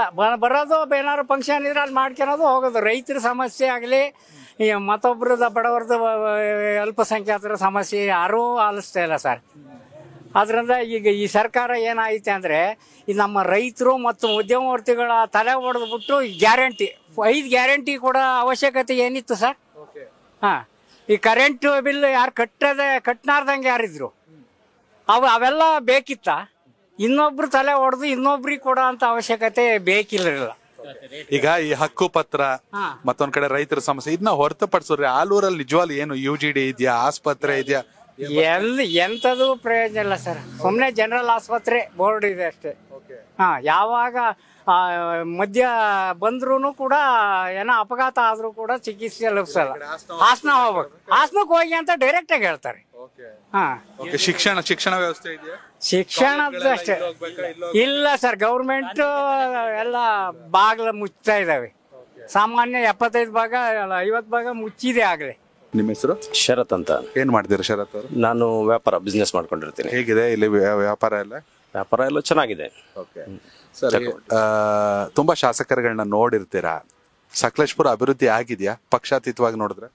ಸರ್ ಹಿಂದಿಂದ ನೋಡಿದ್ರೆ ಹಿಂದೆ ಒಂದು 15 ವರ್ಷದಿಂದ ನಾವು ನೋಡ್ತಾ ಇದೀವಿ. ಕುಮಾರಸ್ವಾಮಿ ಅವರು ಇದ್ರು, ಅವ್ರು JDS ಅಲ್ಲಿ ಇದ್ರು. ಹಾಗೆ ನಾವು ಅಷ್ಟೊಂದು ಪೂರ್ಣ ಪ್ರಮಾಣದಲ್ಲಿ ಏನು ಕಂಡಿಲ್ಲ, ಪ್ರಗತಿ ಏನು ಕಂಡಿರಲಿಲ್ಲ. ಆದ್ರೆ ಈಗ ನಮ್ಮ ಶಾಸಕರ ಸಿಮೆಂಟ್ ಮಂಜು 2 ವರ್ಷದಿಂದ ಬಂದಿರಷ್ಟೇ, ಹೊಸದಾಗಿ ಎಲೆಕ್ಟ್ ಆಗಿ ಇನ್ನು ಯಂಗ್ ಅಂಡ್ ಎನರ್ಜೆಟಿಕ್ ಆಗಿ ಕೆಲಸ ಮಾಡ್ಕೊಂಡು ಹೋಗ್ತಾ ಇದ್ದಾರೆ. ಸಿಗ್ತಾರ ಜನಸಾಮಾನ್ಯರು ಎಲ್ಲರಿಗೂ? ಸರ್ ಅವ್ರು 24 ಗಂಟೆನೂ ಸಿಗ್ತಾರೆ ಸರ್. ಒಂದು ಫೋನಿಗಾಗ್ಲಿ ಇಲ್ಲ ಎದುರುಗಡೆ ಆದ್ರೂ ಆಗ್ಲಿ 24x7 ಸಿಗ್ತಾರೆ. ಮತ್ತೆ ಯಾವುದೇ ರೀತಿ ನಮ್ಗೆ ಏನೇ ತೊಂದರೆ ತಾಪತ್ರೆ ಯಾರೇ ಆಗ್ಲಿ, ಅದು ಯಾವ ಭಾಗದ ಜನರೇ ಆಗ್ಲಿ, ಯಾವ ಪಕ್ಷದ ಜನರೇ ಆಗ್ಲಿ, ಅವ್ರ ಕೈಗೆ ಸಿಗ್ತಾರೆ, ಅವ್ರದ ಕಷ್ಟನ ಸ್ಪಂದಿಸ್ತಾರೆ ಸರ್. ಸರ್ ನಿಮ್ಮ ಹೆಸರು? ನನ್ನ ಹೆಸರು ಮೇಘರಾಜ್ ಅಂತೇಳಿ. ಏನ್ ಮಾಡ್ತೀರಾ ಮೇಘರಾಜ್? ನಮ್ದು ಮಲೆನಾಡು, ದಟ್ಟ ಮಲೆನಾಡು ಇರೋದ್ರಿಂದ ನಾವು ಕೃಷಿಕ ಕುಟುಂಬದಿಂದ ಬೆಳೆದು ಬಂದ ಕಾಫಿ, ಏಲಕ್ಕಿ, ಕಾಳುಮೆಣಸು ಈ ತರ ಎಲ್ಲ ಗದ್ದೆ ಭತ್ತ ಎಲ್ಲ ಬೆಳಿತಾ ಇದ್ವಿ. ತರಕಾರಿ, ಮೆಣಸಿನ ಗಿಡ ಎಲ್ಲ ಬೆಳಿತಾ ಇದ್ವಿ. ಈಗ ರೈತರಿಗೆ ಬೇಕಾಗಿರುವಂತ APMC ಎಲ್ಲ ಸೂಕ್ತವಾಗಿದೆ. ಈಗ ಇಲ್ಲಿ ಹೆಚ್ಚಿನ ಪ್ರಮಾಣದಲ್ಲಿ APMC ಆಗಿ ಸಕಲೇಶ್ಪುರದಲ್ಲಿ ಯಾವುದೇ ಇಲ್ಲ. ಸಂತೆ ಒಂದು ನಡೀತೆ, ಅದ್ ಬಿಟ್ರೆ ಹೊರಗಡೆಯಿಂದ ಎಲ್ಲ ಅದೊಂದು ಇಲ್ಲಿ ಬೆಳೆದಂತ ರೈತರ ಯಾವುದೇ ತರಕಾರಿಗಳಾಗ್ಲಿ ನಾವು ಹಾಸನ ತಗೋಬೇಕು, ಇಲ್ಲ ಮಂಗಳೂರು ತಗೋಬೇಕು. ಇಲ್ಲಿ APMC ವ್ಯವಸ್ಥೆಗಳು ಸಂಪೂರ್ಣ ಹದಗೆಟ್ಟೋಗಿದೆ. ಇಲ್ಲಿ ಬೆಳೆದಂತ ರೈತರು ಸುಮಾರು 60 ರಿಂದ 80 ಕಿಲೋಮೀಟರ್ ದೂರ ತಗೋಗಿ ಅಲ್ಲಿ ಬಾಡಿಗೆ ಕೊಟ್ಟು ತಗೋಗಿ APMC ಮುಟ್ಟಿಸ್ತಕ್ಕಂಥ ವ್ಯವಸ್ಥೆ ಇದೆ. ಹಾಗಾಗಿ ಇಲ್ಲಿ APMC ವ್ಯವಸ್ಥೆ ಅಷ್ಟೊಂದು ಉತ್ತಮವಾಗಿ ನಡೀತಾ ಇಲ್ಲ. ನಾವಿವತ್ತು ಹಾಸನ ಜಿಲ್ಲೆಯ ಸಕಲೇಶಪುರ ವಿಧಾನಸಭಾ ಕ್ಷೇತ್ರದ ಆಲೂರು ತಾಲೂಕಲ್ಲಿದ್ದೀವಿ. ಇಲ್ಲಿಯ ಮತದಾರರು ಏನ್ ಹೇಳ್ತಾರೆ, ಶಾಸಕರ ಕೆಲಸ ಹೇಗಿದೆ, ಆಲೂರು ಅಭಿವೃದ್ಧಿ ಆಗಿದೆ, ಅವ್ರನ್ನೇ ಮಾತಾಡ್ಸೋಣ. ಸರ್ ನಮಸ್ತೆ, ನಿಮ್ಮ ಹೆಸರು? ಬಸವರಾಜ್ ಅಂತ. ಏನ್ ಮಾಡ್ತೀರಾ? ನಾವು DSS ತಾಲೂಕು ಅಧ್ಯಕ್ಷರಾಗಿದ್ದೀನಿ. ಆಲೂರು ಅಭಿವೃದ್ಧಿ ಆಗಿದ್ಯಾ ಸರ್? ಈಗ 2023ರಿಂದ ಏನು ಹೊಸ ಶಾಸಕರಾಗಿ ಸರ್ಕಾರ ಬಂದ್ಮೇಲೆ ಇದು ಏನೋ ಒಂದು ಅಭಿವೃದ್ಧಿ ಕೆಲಸಗಳಾಗಿಲ್ಲ. ಯಾಕೆ ಅಂತಂದ್ರೆ ಇಲ್ಲಿ ಸರ್ಕಾರ ಏನು ಕೇಳಿದ್ರೆ ಅನುದಾನನ ಬತ್ತಿಲ್ಲ, ಯಾವ ಕೆಲಸ ಮಾಡಕ್ಕೂ ದುಡ್ಡು ಬೇಕಲ್ಲ ಅಂತ ಕೇಳ್ತಾರೆ. ಈಗ ನಾವು ಇಲ್ಲಿ ಯಾವುದೇ ತರ ರಸ್ತೆ ಆಗಿರ್ಬೋದು, ಕುಡಿಯೋ ನೀರಿಂದ ಆಗಿರ್ಬೋದು, ಏನು ಈಗ ಹೋದ್ಸರಿ 2023ರಿಂದ JJM ಏನೀಗ ಆಗಿತ್ತು ಕೇಂದ್ರ ಸರ್ಕಾರದ ಅದೇ ಕೆಲಸ ನಡೀತೈತೆ ಅಷ್ಟೇ. ಅಷ್ಟು ಬಿಟ್ರೆ ಹೊಸದಾಗಿ ಏನು ಶಾಸಕರು ಯಾವುದೇ ಅನುದಾನದ ಇಂಥ ಕೆಲಸ ಏನಿಲ್ಲ, ಅಭಿವೃದ್ಧಿ ಕೆಲಸ ನಮ್ಗೆ ಗೊತ್ತಿರಂಗೆ ಯಾವುದೇ ಕೆಲಸನೂ ಮಾಡಿಲ್ಲ. ಶಾಸಕರ ಆಲೂರಿಗೆ ಬರ್ತಾರ? ಇಲ್ಲಿ ಸಾಕಷ್ಟು ಜನ ಮಾತಾಡ್ತಾ ಹಕ್ಕುಪತ್ರ ಸಮಸ್ಯೆ ಇದೆ, ರೈತರಿಗೆ ಸಮಸ್ಯೆ ಇದೆ ಅಂದ್ರು. ನಿಜಕ್ಕೂ ಆಲೂರಿಗೆ ಇರುವಂತ ಜ್ವಲಂತ ಸಮಸ್ಯೆ ಏನು? ಈಗ ಆಲೂರಿನಲ್ಲಿ ನೀವು ಹೇಳಂಗೆ ಅಧಿಕಾರಿಗಳ ಕೊರತೆ ಇದೆ. ಅಧಿಕಾರಿಗಳಿಗೆ ಸರಿಯಾದ ರೀತಿ ಜವಾಬ್ದಾರಿಗೆ ತಗೊಂಡು ಕೆಲಸ ಮಾಡೋದಂತ ಶಾಸಕರು ಜವಾಬ್ದಾರಿಗೆ ತಗತ್ತೆ ಇಲ್ಲ. ಈಗ ಜನರು ಅಳದಾಟ ಜಾಸ್ತಿ ಆಗಿದೆ. ತಾಲೂಕು ಆಫೀಸ್ ಆಗಿರ್ಬೋದು, ಹಾಸ್ಪಿಟಲ್ ಸರಿಯಾದ ಮೆಡಿಸಿನ್ ಸಿಗ್ತಾ ಇಲ್ಲ. ಅಲ್ಲೂ ಸರಿಯಾದ ರೀತಿ ಈಗ ಸ್ಕ್ಯಾನಿಂಗ್ ಆಗಿರ್ಬೋದು, ಮತ್ತೆ ಯಾವ್ದಾದ್ರು ಶವ ಸಂಸ್ಕಾರ ಇದು ಮಾಡೋದಾದ್ರೆ ಅದು ಸಹ ಇಲ್ಲಿ ಇಲ್ಲ. ಎಲ್ಲ ಹಾಸನ ಕಳಿಸ್ತಾವ್ರೆ, ಪೋಸ್ಟ್ ಮಾರ್ಟಮ್ ಮಾಡೋದಾದ್ರೆ ಹಾಸನ ಕಳಿಸ್ತಾರೆ. ಇಲ್ಲಿ ಯಾವುದೇ ತರ ತಾಲೂಕು ಅನ್ನೋದೊಂದು ಬಿಟ್ರೆ ಇಲ್ಲಿ ಕೇವಲ ಯಾವುದೇ ಸ್ಪೆಷಲಿಸ್ಟ್ ಇಲ್ಲಿ ಕೆಲಸ ಇಲ್ದಂಗೆ ಆಯ್ತಾ ಇದೆ. ಹಂಗ ತಾಲೂಕು ಆಫೀಸಲ್ಲಿ ಕೆಲವು ಅಲದಾಟಗಳು ಜಾಸ್ತಿ ಆಯ್ತಾವೆ. ನಿಮ್ಮ ಹೆಸರು? ನನ್ನ ಹೆಸರು ಅರ್ಸಪ್ಪ ಅಂತ ಸರ್. ನಿಜಕ್ಕೂ ಆಲೂರಿಗಿರೋ ಸಮಸ್ಯೆ ಏನು? ಆಲೂರಿಗಿರೋ ಅಂತ ಸಮಸ್ಯೆ ಸರ್, ಇಲ್ಲಿ ಪಟ್ಟಣ ಪಂಚಾಯತಿ ಒಂದೇ, ಇದು ಲೆಕ್ಕಕ್ಕಿದೆ ಆಟಕ್ಕಿಲ್ಲ ಅನ್ನೋಂಥ ಸ್ಥಿತಿ ಆಗಿದೆ. ಸೊ ಇಲ್ಲಿ ಬಡವರಿಗೆ ಇಲ್ಲಿ ಹೆಚ್ಚಾಗಿ ಏನು SC ಜನಾಂಗ ಇದೆ ಅಲ್ಲಿಗೆ ಎಫೆಕ್ಟ್ ಆಯ್ತಿರೋದೇ ಇದು ದೊಡ್ಡ ಮಟ್ಟ. ಯಾಕೆ ಅಂದರೆ ಇಲ್ಲಿ ಯಾವುದೇ ಮನೆ ಆಗ್ಬೋದು, ಯಾವುದೇ ಹಣಕಾಸಿನ ವಿಚಾರ ಇರ್ಬೋದು, ಯಾವುದೇ ರೋಡಿನ ಅಭಿವೃದ್ಧಿ ಆಗಿರ್ಬೋದು, ಪ್ರತಿಯೊಂದು ಸಮಸ್ಯೆ ಆ ಸಮಸ್ಯೆದ ಆಗರ ಆಗೋಗ್ಬಿಟ್ಟಿದೆ. UGD, ಆಸ್ಪತ್ರೆ, ಶಿಕ್ಷಣ ಇಲ್ಲ. ಅದು UGD ನಾವು ಹೆಚ್ಚು ಕಡಿಮೆ ಮಾಜಿ MLA ಈ ಕ್ಷೇತ್ರದ ಸಚಿವರಿಗೂ ನಾವು ಮನವಿ ಮಾಡಿದ್ದೀವಿ. ಅದು ಇದುವರೆಗೂ ಎಲ್ಲಿ ಮಾಡಬೇಕು, ಹೆಂಗ್ ಮಾಡಬೇಕು ಅನ್ನೋದು ಇದುವರೆಗೂ ಅವ್ರಿಗೆ ಗೊತ್ತಿಲ್ಲ. ಈಗ ಪಟ್ಟಣ ಪಂಚಾಯತಿ ಒಂದು ಚರಂಡಿ ಮಾಡ್ತಾರೆ, ತಗ್ಗಿರೋ ಕಡೆಗೆ ಚರಂಡಿ ಮಾಡಲ್ಲ, ಅವರು ದಿಂಡೆ ಇರೋ ಕಡೆಗೆ ಚರಂಡಿ ಮಾಡ್ತಾರೆ. ಸೊ ಇವ್ರಿಗೆಲ್ಲ ಏನ್ ಹೇಳೋದು ಸರ್? ಆದ್ರೂ ಹೆಂಗ್ ಸರ್ ಕುಮಾರಸ್ವಾಮಿ ಅವ್ರು 3 ಸಲ ಗೆದ್ರು? ನಾನು ಸುಮ್ನೆ ಪಕ್ಷಾತೀತವಾಗಿ ಕೇಳ್ತಿರೋದು ಸರ್. 3 ಸಲ ಗೆದ್ರು ಅಂದ್ರೆ ಅಭಿಮಾನ ಹೊಂದಿತ್ತು ಅಷ್ಟೇ. ಅಭಿಮಾನ ಏನ್ ಹೇಳಿ, ಅವ್ರ ಸಾಮಾಜಿಕವಾಗಿ ಎಲ್ಲರಿಗೂ ಸ್ಪಂದಿಸಂತ ವ್ಯಕ್ತಿ. ಅದರಿಂದ ಒಂದ್ ಸಮಾಜಕ್ಕೆ ಬಿಟ್ಟು ಎಲ್ಲಾ ಸಮಾಜನೂ ಅವ್ರ ಗೌರವಯುತವಾಗಿ ಕಾಣೋರು. ಸೊ ಹಂಗಾಗಿ ಜಾತೀಯತೆ ಮರ್ತಿದಾರ ಅವರು. ಹಂಗಾಗಿ ಅವ್ರು 3 ಸತಿ ಗೆಲ್ಲಕ್ ಒಂದು ಅವಕಾಶ ಆಯ್ತು. ಈಗ ನೀವು ಹಿರಿಯರಿದ್ದೀರಾ, ಸಾಕಷ್ಟು ಶಾಸಕರು ನೋಡಿರ್ತೀರಾ. ಈಗ ಫಸ್ಟ್ ಟೈಮ್ ಗೆದ್ದವ್ರೆ ಸಿಮೆಂಟ್ ಮಂಜು ಅಂತ BJP ಇಂದ. ಏನ್ ಇಂಪ್ರೂವ್ ಮಾಡ್ಕೋಬೇಕು ಅವರು? ಸರ್ ಇಲ್ಲಿ ಈಗ ಪುಕ್ಸಟ್ಟೆ ಭಾಗ್ಯ ಬಿಟ್ಬಿಟ್ಟಿದ್ದಾರೆ. ಈಗ ಇಲ್ಲಿ ಅಭಿವೃದ್ಧಿ ಕುಂಠಿತ ಇದೆ. ಅವ್ರ ಪಾಪ MLA ಆಗಿದ್ದಾರೆ. ಅವ್ರು ಯಾವುದೇ ಅನುದಾನ ಕೊಡದೇ ಇದ್ದಂತ ಸಂದರ್ಭದಲ್ಲಿ ಅವ್ರು ಏನ್ ಕಾರ್ಯಗತ ಕೆಲಸ ಮಾಡ್ತಾರೆ? ಸರ್ಕಾರದ ಹಣ ಪೋಲಾಯ್ತಿರೋದಲ್ಲಿ ಫ್ರೀ ಗ್ರಾಂಟ್ ಕೊಟ್ಟಿದ್ದಾರೆ. ಈಗ ಇವರಿಗೆ ಸಣ್ಣ ಪುಟ್ಟ ಕೊಡ್ತಾರೆ. ಈಗ ಮೊನ್ನೆ ನೋಡಿ, ಈಗ ಡಾಂಬರೀಕರಣ ಆಯ್ತು ರಸ್ತೆ, BM ರೋಡ್ ಇದು ಆಯ್ತಾ, 200 ಕೋಟಿ ಆಯ್ತಲ್ಲ. ಅವ್ರು ಬಂದಂತ ಸಂದರ್ಭದಲ್ಲಿ ಕೆಲಸ ಮಾಡೋದು ಅವ್ರದ್ದು ಕರ್ತವ್ಯ, ಅವರ ಶಾಸಕ ಸ್ಥಾನಕ್ಕೆ ಅದೊಂದು ಗೌರವ. ಸರ್ ನಿಮ್ಮ ಹೆಸರು? ಹರೀಶ್ ಅಂತೇಳಿ, ಗ್ರಾಮ ಪಂಚಾಯತ್ ಸದಸ್ಯರು ಮತ್ತೆ ಆಟೋ ಚಾಲಕ, ಬರ್ತವಳ್ಳಿಯವರು. ಹೇಗಿದೆ ಸರ್ ಆಲೂರು? ಆಲೂರು ಏನ್ ಸರ್ ಇರೋದು ಒಂದೇ ರೋಡು, ಸಿಂಗಲ್ ರೋಡು, ಸಣ್ಣ ತಾಲೂಕು ಆಗ್ಬಿಟ್ಟಿದೆ. ಅದು ಆಕ್ಚುಲಿ ಹೇಳ್ಬೇಕು ಅಂದ್ರೆ ಹಾಸನ ಜಿಲ್ಲೆಯಲ್ಲಿ ಚಿಕ್ಕ ತಾಲೂಕು ಅಂದ್ರೆ ನಮ್ಮ ಆಲೂರೇ, ಬಟ್ ಆದ್ರೂ ಅಭಿವೃದ್ಧಿ ಇಲ್ಲ ಆಲೂರಲ್ಲಿ. ಅದೊಂದೇ ಬೇಜಾರ. ಕೆಲವೊಂದು ಹಳ್ಳಿಗಳು ನೋಡ್ದಂಗೆ ಆಗುತ್ತೆ ನಮ್ಮ ಆಲೂರ ಟೌನ್ ನೋಡಿದ್ರೆ. ಹೋಬಳಿ ಅನ್ಸುತ್ತೆ.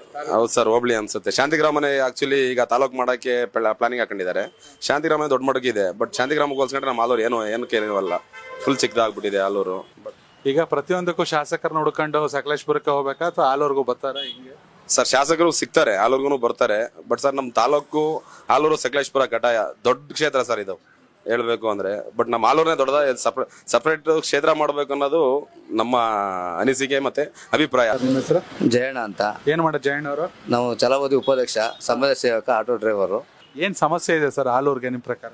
ಆಲೂರು ಸಮಸ್ಯೆ ಏನು ಅಂದ್ರೆ ಎಲ್ಲ ಅಧಿಕಾರಿಗಳು ಸಹ ಲಂಚ ದುಡ್ಡು ಅಂತ ಎಲ್ಲ ಅಧಿಕಾರಿಗಳ ಕೇಳದೆ ಅದು ಕೆಲ್ಸಗಳು ಒಂದು ಆಯ್ತಲ್ಲ. ಈಗ ಆಸ್ಪತ್ರೆಗೆ ಹೋದ್ರೆ ಒಂದು ಸೌಲಭ್ಯ, ಸಣ್ಣ ಸೌಲಭ್ಯ ಸಹ ಇಲ್ಲ. ಒಂದ್ ಸಣ್ಣ ಜ್ವರ ಅಂತ ಹೋದ್ರೆ ಹಾಸನ ಕಳ್ಸಿಕೊಡ್ತಾರೆ, ಇಮಿಡಿಯೇಟ್ಲಿ ಆಸ್ಪತ್ರೆಗೆ ಹೋಗಿ ಅಂತ ಹಾಸನ ಕಳ್ಸಿಕೊಡ್ತಾರೆ. ಯಾವ ಸೌಲಭ್ಯನೂ ಆಸ್ಪತ್ರೆ ಸಿಗ್ತಾ ಇಲ್ಲ. ಇನ್ನು ಪಟ್ಟಣ ಪಂಚಾಯತಿ ನೋಡಿದ್ರೆ 11 ವಾರ್ಡ್ ಇದಾವೆ. ಪಟ್ಟಣ ಪಂಚಾಯತಿಲಿ 11 ವಾರ್ಡ್ ಸಹ ಯಾವುದೇ ತರ ಕೆಲಸ ಕಾರ್ಯಗಳು ನಡೀತಾ ಇಲ್ಲ. ಒಂದು ಚರಂಡಿ ಕೆಲಸ ಆಗಿರ್ಬೋದು, ಒಂದು ರೋಡ್ ಕೆಲಸ ಆಗಿರ್ಬೋದು. 11 ವಾರ್ಡ್ ಸಹ ಶಾಸಕರು ಬಂದು ಗಮನಿಸ್ಲಿ. ಆ 11 ವಾರ್ಡ್ಗಳ ಜನ ಯಾವ ಪರಿಸ್ಥಿತಿಲಿ ಇದಾರಂತ ಶಾಸಕರು ಗಮನಕ್ಕೆ ತಪ್ಪಿಸಿ ಸರ್. ನೀವು ಆ ಶಾಸಕರಾದವ್ರು ಬಂದು 11 ವಾರ್ಡ್ ಗಮನಿಸ್ಬೇಕು. 11 ವಾರ್ಡ್ ಯಾವ ರೀತಿ ಇದಾವೆ, ಯಾವ ರೀತಿ ಕೆಲಸಗಳ ಕಾರ್ಯಗಳು ಆಗ್ಯಾವ 11 ವಾರ್ಡಲ್ಲಿವೆ. ಪಟ್ಟಣ ಪಂಚಾಯತ್ ಅಧಿಕಾರಿಗಳು ಮಲಗೇರಿ ನಿದ್ದೆ ಮಾಡಿದವರು ಅವ್ರ ಬರೀ ಕುಟುಂಬಕ್ಕೆ ಸಮೇತ ಮಾತ್ರ ಸಂಬಳ ತಗೋತಾರ ಹೊರತು ಕೆಲಸ ಕಾರ್ಯ ಮಾಡ್ಬೇಕಂತ ಹೇಳೋರು ದುಡಿತೇ ಇಲ್ಲ. ಎಸ್ ಸರ್, ಕೊನೆಯದಾಗಿ ನಿಮ್ಮನ್ನ ಹೆಗಲ ಮೇಲೆ ಹೊತ್ಕೊಂಡು ವಿಧಾನಸೌಧಕ್ಕೆ ಕಳಿಸ್ತಂತ ನಿಮ್ಮ ಸಕಲೇಶ್ಪುರದ ಮತದಾರರಿಗೆ ಏನ್ ಹೇಳಲಿಕ್ಕೆ ಇಷ್ಟಪಡ್ತೀರಾ? ನಿಮ್ಮಲ್ಲಿ ನೋವು ಇರ್ಬೋದು, 2 ವರ್ಷದಲ್ಲಿ ಏನೋ ಮಾಡಕ್ ಆಗ್ತಿಲ್ಲ, ಕೈ ಕಟ್ಟಾಕಿದ್ದಾರೆ ಅನ್ನೋದಿರ್ಬೋದು, ಉಳಿದಿರೋ ಅವಕಾಶದಲ್ಲಿ ಏನೋ ಮಾಡ್ತೀನಿ ಅಂತ ಇರ್ಬೋದು, ಏನ್ ಬೇಕಾದ್ರೆ ಹೇಳ್ಬೋದು ಸರ್. ಸರ್, ನನ್ನ ಕ್ಷೇತ್ರದ ಮತದಾರರಿಗೆ ಎಲ್ಲದಕ್ಕಿಂತ ಮುಖ್ಯವಾಗಿ ಸರ್ ಅನಂತ ಧನ್ಯವಾದ ಈ ಸಂದರ್ಭದಲ್ಲಿ ನಾನು ಹೇಳಿಕ್ಕೆ ಇಷ್ಟಪಡ್ತೇನೆ ಸರ್. ಯಾಕೆಂತಂದ್ರೆ ತಾವು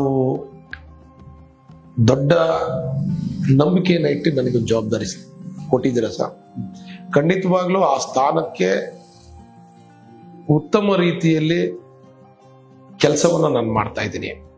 ಅದು ವಿಧಾನಸೌಧದಿಂದ ಹಿಡಿದು ನನ್ನ ಕ್ಷೇತ್ರದ ತನಕನೂ ಕೂಡ ಪ್ರತಿ ಹಳ್ಳಿಗೆ ಭೇಟಿ ಕೊಡ್ತಕ್ಕಂಥದ್ದು, ಪ್ರತಿ ಮತದಾರರ ಮನಸ್ಥಿತಿಯನ್ನ ತಿಳಿತಕ್ಕಂಥದ್ದು, ಮತ್ತೆ ಮತದಾರ ಯಾವುದನ್ನು ಹೇಳಿದ್ರು ಕೂಡ ಕೇಳ್ತಕ್ಕಂಥ ಗುಣವನ್ನು ಕೂಡ ನಾನು ಕಂಡ್ಕೊಂಡಿದ್ದೀನಿ ಸರ್. ಖಂಡಿತವಾಗ್ಲೂ ಸರ್ ಮುಂಬರ್ತಕ್ಕಂಥ ಈಗಲೂ ನನ್ನ ಆತ್ಮಸಾಕ್ಷಿಗೆ ತಕ್ಕಂತ ನಾನು ಕೆಲಸ ಮಾಡ್ತೇನೆ. ಈಗಲೂ ಸರ್ ನನಗೆ ಬರ್ತಕ್ಕಂಥ ಅನುದಾನವನ್ನ ತುಂಬಾ ಉತ್ತಮ ರೀತಿಯಲ್ಲಿ ಬಳಕೆ ಮಾಡ್ತಾ ಇದ್ದೀನಿ ಸರ್. ಎಲ್ಲೂ ಕೂಡ ₹1 ವೇಸ್ಟ್ ಆಗದ ರೀತಿಯಲ್ಲಿ ಬಳಕೆ ಮಾಡ್ತಾ ಇದ್ದೀನಿ. ಹಂತವಾಗಿ ಜನಗಳು ಕೇಳ್ತಕ್ಕಂಥ ಕೆಲಸವನ್ನು ಒಂದೇ ಸತಿ ಮಾಡ್ತೀನಿ ನಾನು ಹೇಳಲ್ಲ ಸರ್, ಹಂತವಾಗಿ ಖಂಡಿತವಾಗ್ಲೂ ಮಾಡ್ತೀನಿ ಸರ್. ಬಟ್ ನನಗೇನು ಇದು ಅಂದ್ರೆ ಸರ್, ಪ್ರತಿ ಹಳ್ಳಿ ಪ್ರತಿ ಕಾರ್ಯಕ್ರಮಕ್ಕೆ ಭೇಟಿ ಕೊಡ್ತೀನಿ. ಪ್ರತಿ ಜನಗಳ ಸಮಸ್ಯೆ ಏನು ಅಂತಕ್ಕಂಥದ್ದು ಗೊತ್ತಿದೆ. ಗ್ರೌಂಡ್ ಲೆವೆಲಿಂದ ಬಂದಿರೋದ್ರಿಂದ ಸರ್ ಜನಗಳ ಸಮಸ್ಯೆ ನನಗೆ ಒಂದು ರೀತಿ ಮನದಟ್ಟಾಗೋಗಿದೆ ನನಗೆ. ಖಂಡಿತವಾಗ್ಲೂ ಸರ್ ಮುಂಬರ್ತಕ್ಕಂಥ ದಿನಗಳಲ್ಲಿ ಇನ್ನೂ ಹೆಚ್ಚಿನ ರೀತಿಯ ಅಭಿವೃದ್ಧಿ ಮಾಡಬೇಕು, ಈ ಭಾಗದಲ್ಲಿ ಇರ್ತಕ್ಕಂಥ ಸಮಸ್ಯೆಗಳಿಗೆ ನಾಂದಿ ಹಾಡಬೇಕು ಅಂತಕ್ಕಂಥ ದೃಷ್ಟಿಯಿಂದ ಕೆಲಸ ಮಾಡ್ತಾ ಇದ್ದೀನಿ ಸರ್. ಖಂಡಿತವಾಗ್ಲೂ ಕೂಡ ಒಳ್ಳೇದಾಗ್ತೀನಿ, ಸಕ್ಸಸ್ ಆಗ್ತೀನಿ ಸರ್. ಎಸ್ ವೀಕ್ಷಕರೇ, ಒಬ್ಬ ಮನುಷ್ಯ ಯಾರಿಗೆ ಬೇಕಾದ್ರೆ ಮೋಸ ಮಾಡ್ಬೋದು, ದ್ರೋಹ ಮಾಡ್ಬೋದು, ಆದರೆ ಆತ್ಮಸಾಕ್ಷಿ ಮಾಡ್ಕೊಳಕ್ಕಾಗಲ್ಲ. ತುಂಬ ಖುಷಿ ವಿಚಾರ ಅಂದರೆ ಶಾಸಕರು ಫಸ್ಟ್ ಟೈಮ್ ಆಗಿರುವಂಥ ಶಾಸಕರು ಸಿಮೆಂಟ್ ಮಂಜು ಅವರು, ನಾನು ಆತ್ಮಸಾಕ್ಷಿಯಿಂದ ಹೇಳ್ತಾ ಇದ್ದೀನಿ, ಎಲ್ಲ ಒಳ್ಳೆ ರೀತಿಯಲ್ಲಿ ನನ್ನ ಕ್ಷೇತ್ರದ ಅಭಿವೃದ್ಧಿಗಾಗಿ ಮಾತ್ರ ನನ್ನ ಸೇವೆಯನ್ನು ಮೀಸಲಿಡ್ತೀನಿ ಅಂತ. ನೀವು ಕೂಡ ಈ ಕಂಪ್ಲೀಟ್ ಸಂದರ್ಶನವನ್ನು ನೋಡಿದರೆ ದಯವಿಟ್ಟು ಸಿಮೆಂಟ್ ಮಂಜು ಅವರ ಕೆಲಸದ ಬಗ್ಗೆ ಕಾಮೆಂಟ್ ಮಾಡಿ, ಹಾಗೆ ನಿಮ್ಮ ಕ್ಷೇತ್ರದ ಸಮಸ್ಯೆಗಳ ಬಗ್ಗೆ ಕಾಮೆಂಟ್ ಮಾಡಿ. ಅವ್ರಿಗೂ ತಿಳಿಯುತ್ತೆ ಅವರ ಆತ್ಮಸಾಕ್ಷಿಗೆ ತಕ್ಕನಾಗಿ ಸರ್ಕಾರದಿಂದ ಏನು ಕಿತ್ಕೊಂಡ್ಬಂದು ಅದನ್ನ ಬಗೆಹರಿಸೋ ಪ್ರಯತ್ನವನ್ನು ಮಾಡ್ತಾರೆ ಅಂತ ನಾನು ಕೂಡ ನಂಬಿದ್ದೀನಿ. ಸರ್, ನಿಜಕ್ಕೂ ತುಂಬ ಖುಷಿ ಆಯಿತು. ಇದೇ ಇವತ್ತಿನ ವಿಶೇಷ. ಧನ್ಯವಾದಗಳು. ನಾನು Yogesh Eshwar. Thank you so much sir. Connect Karnataka, ಇದು ನಿಮ್ಮ ನೆಟ್ವರ್ಕ್.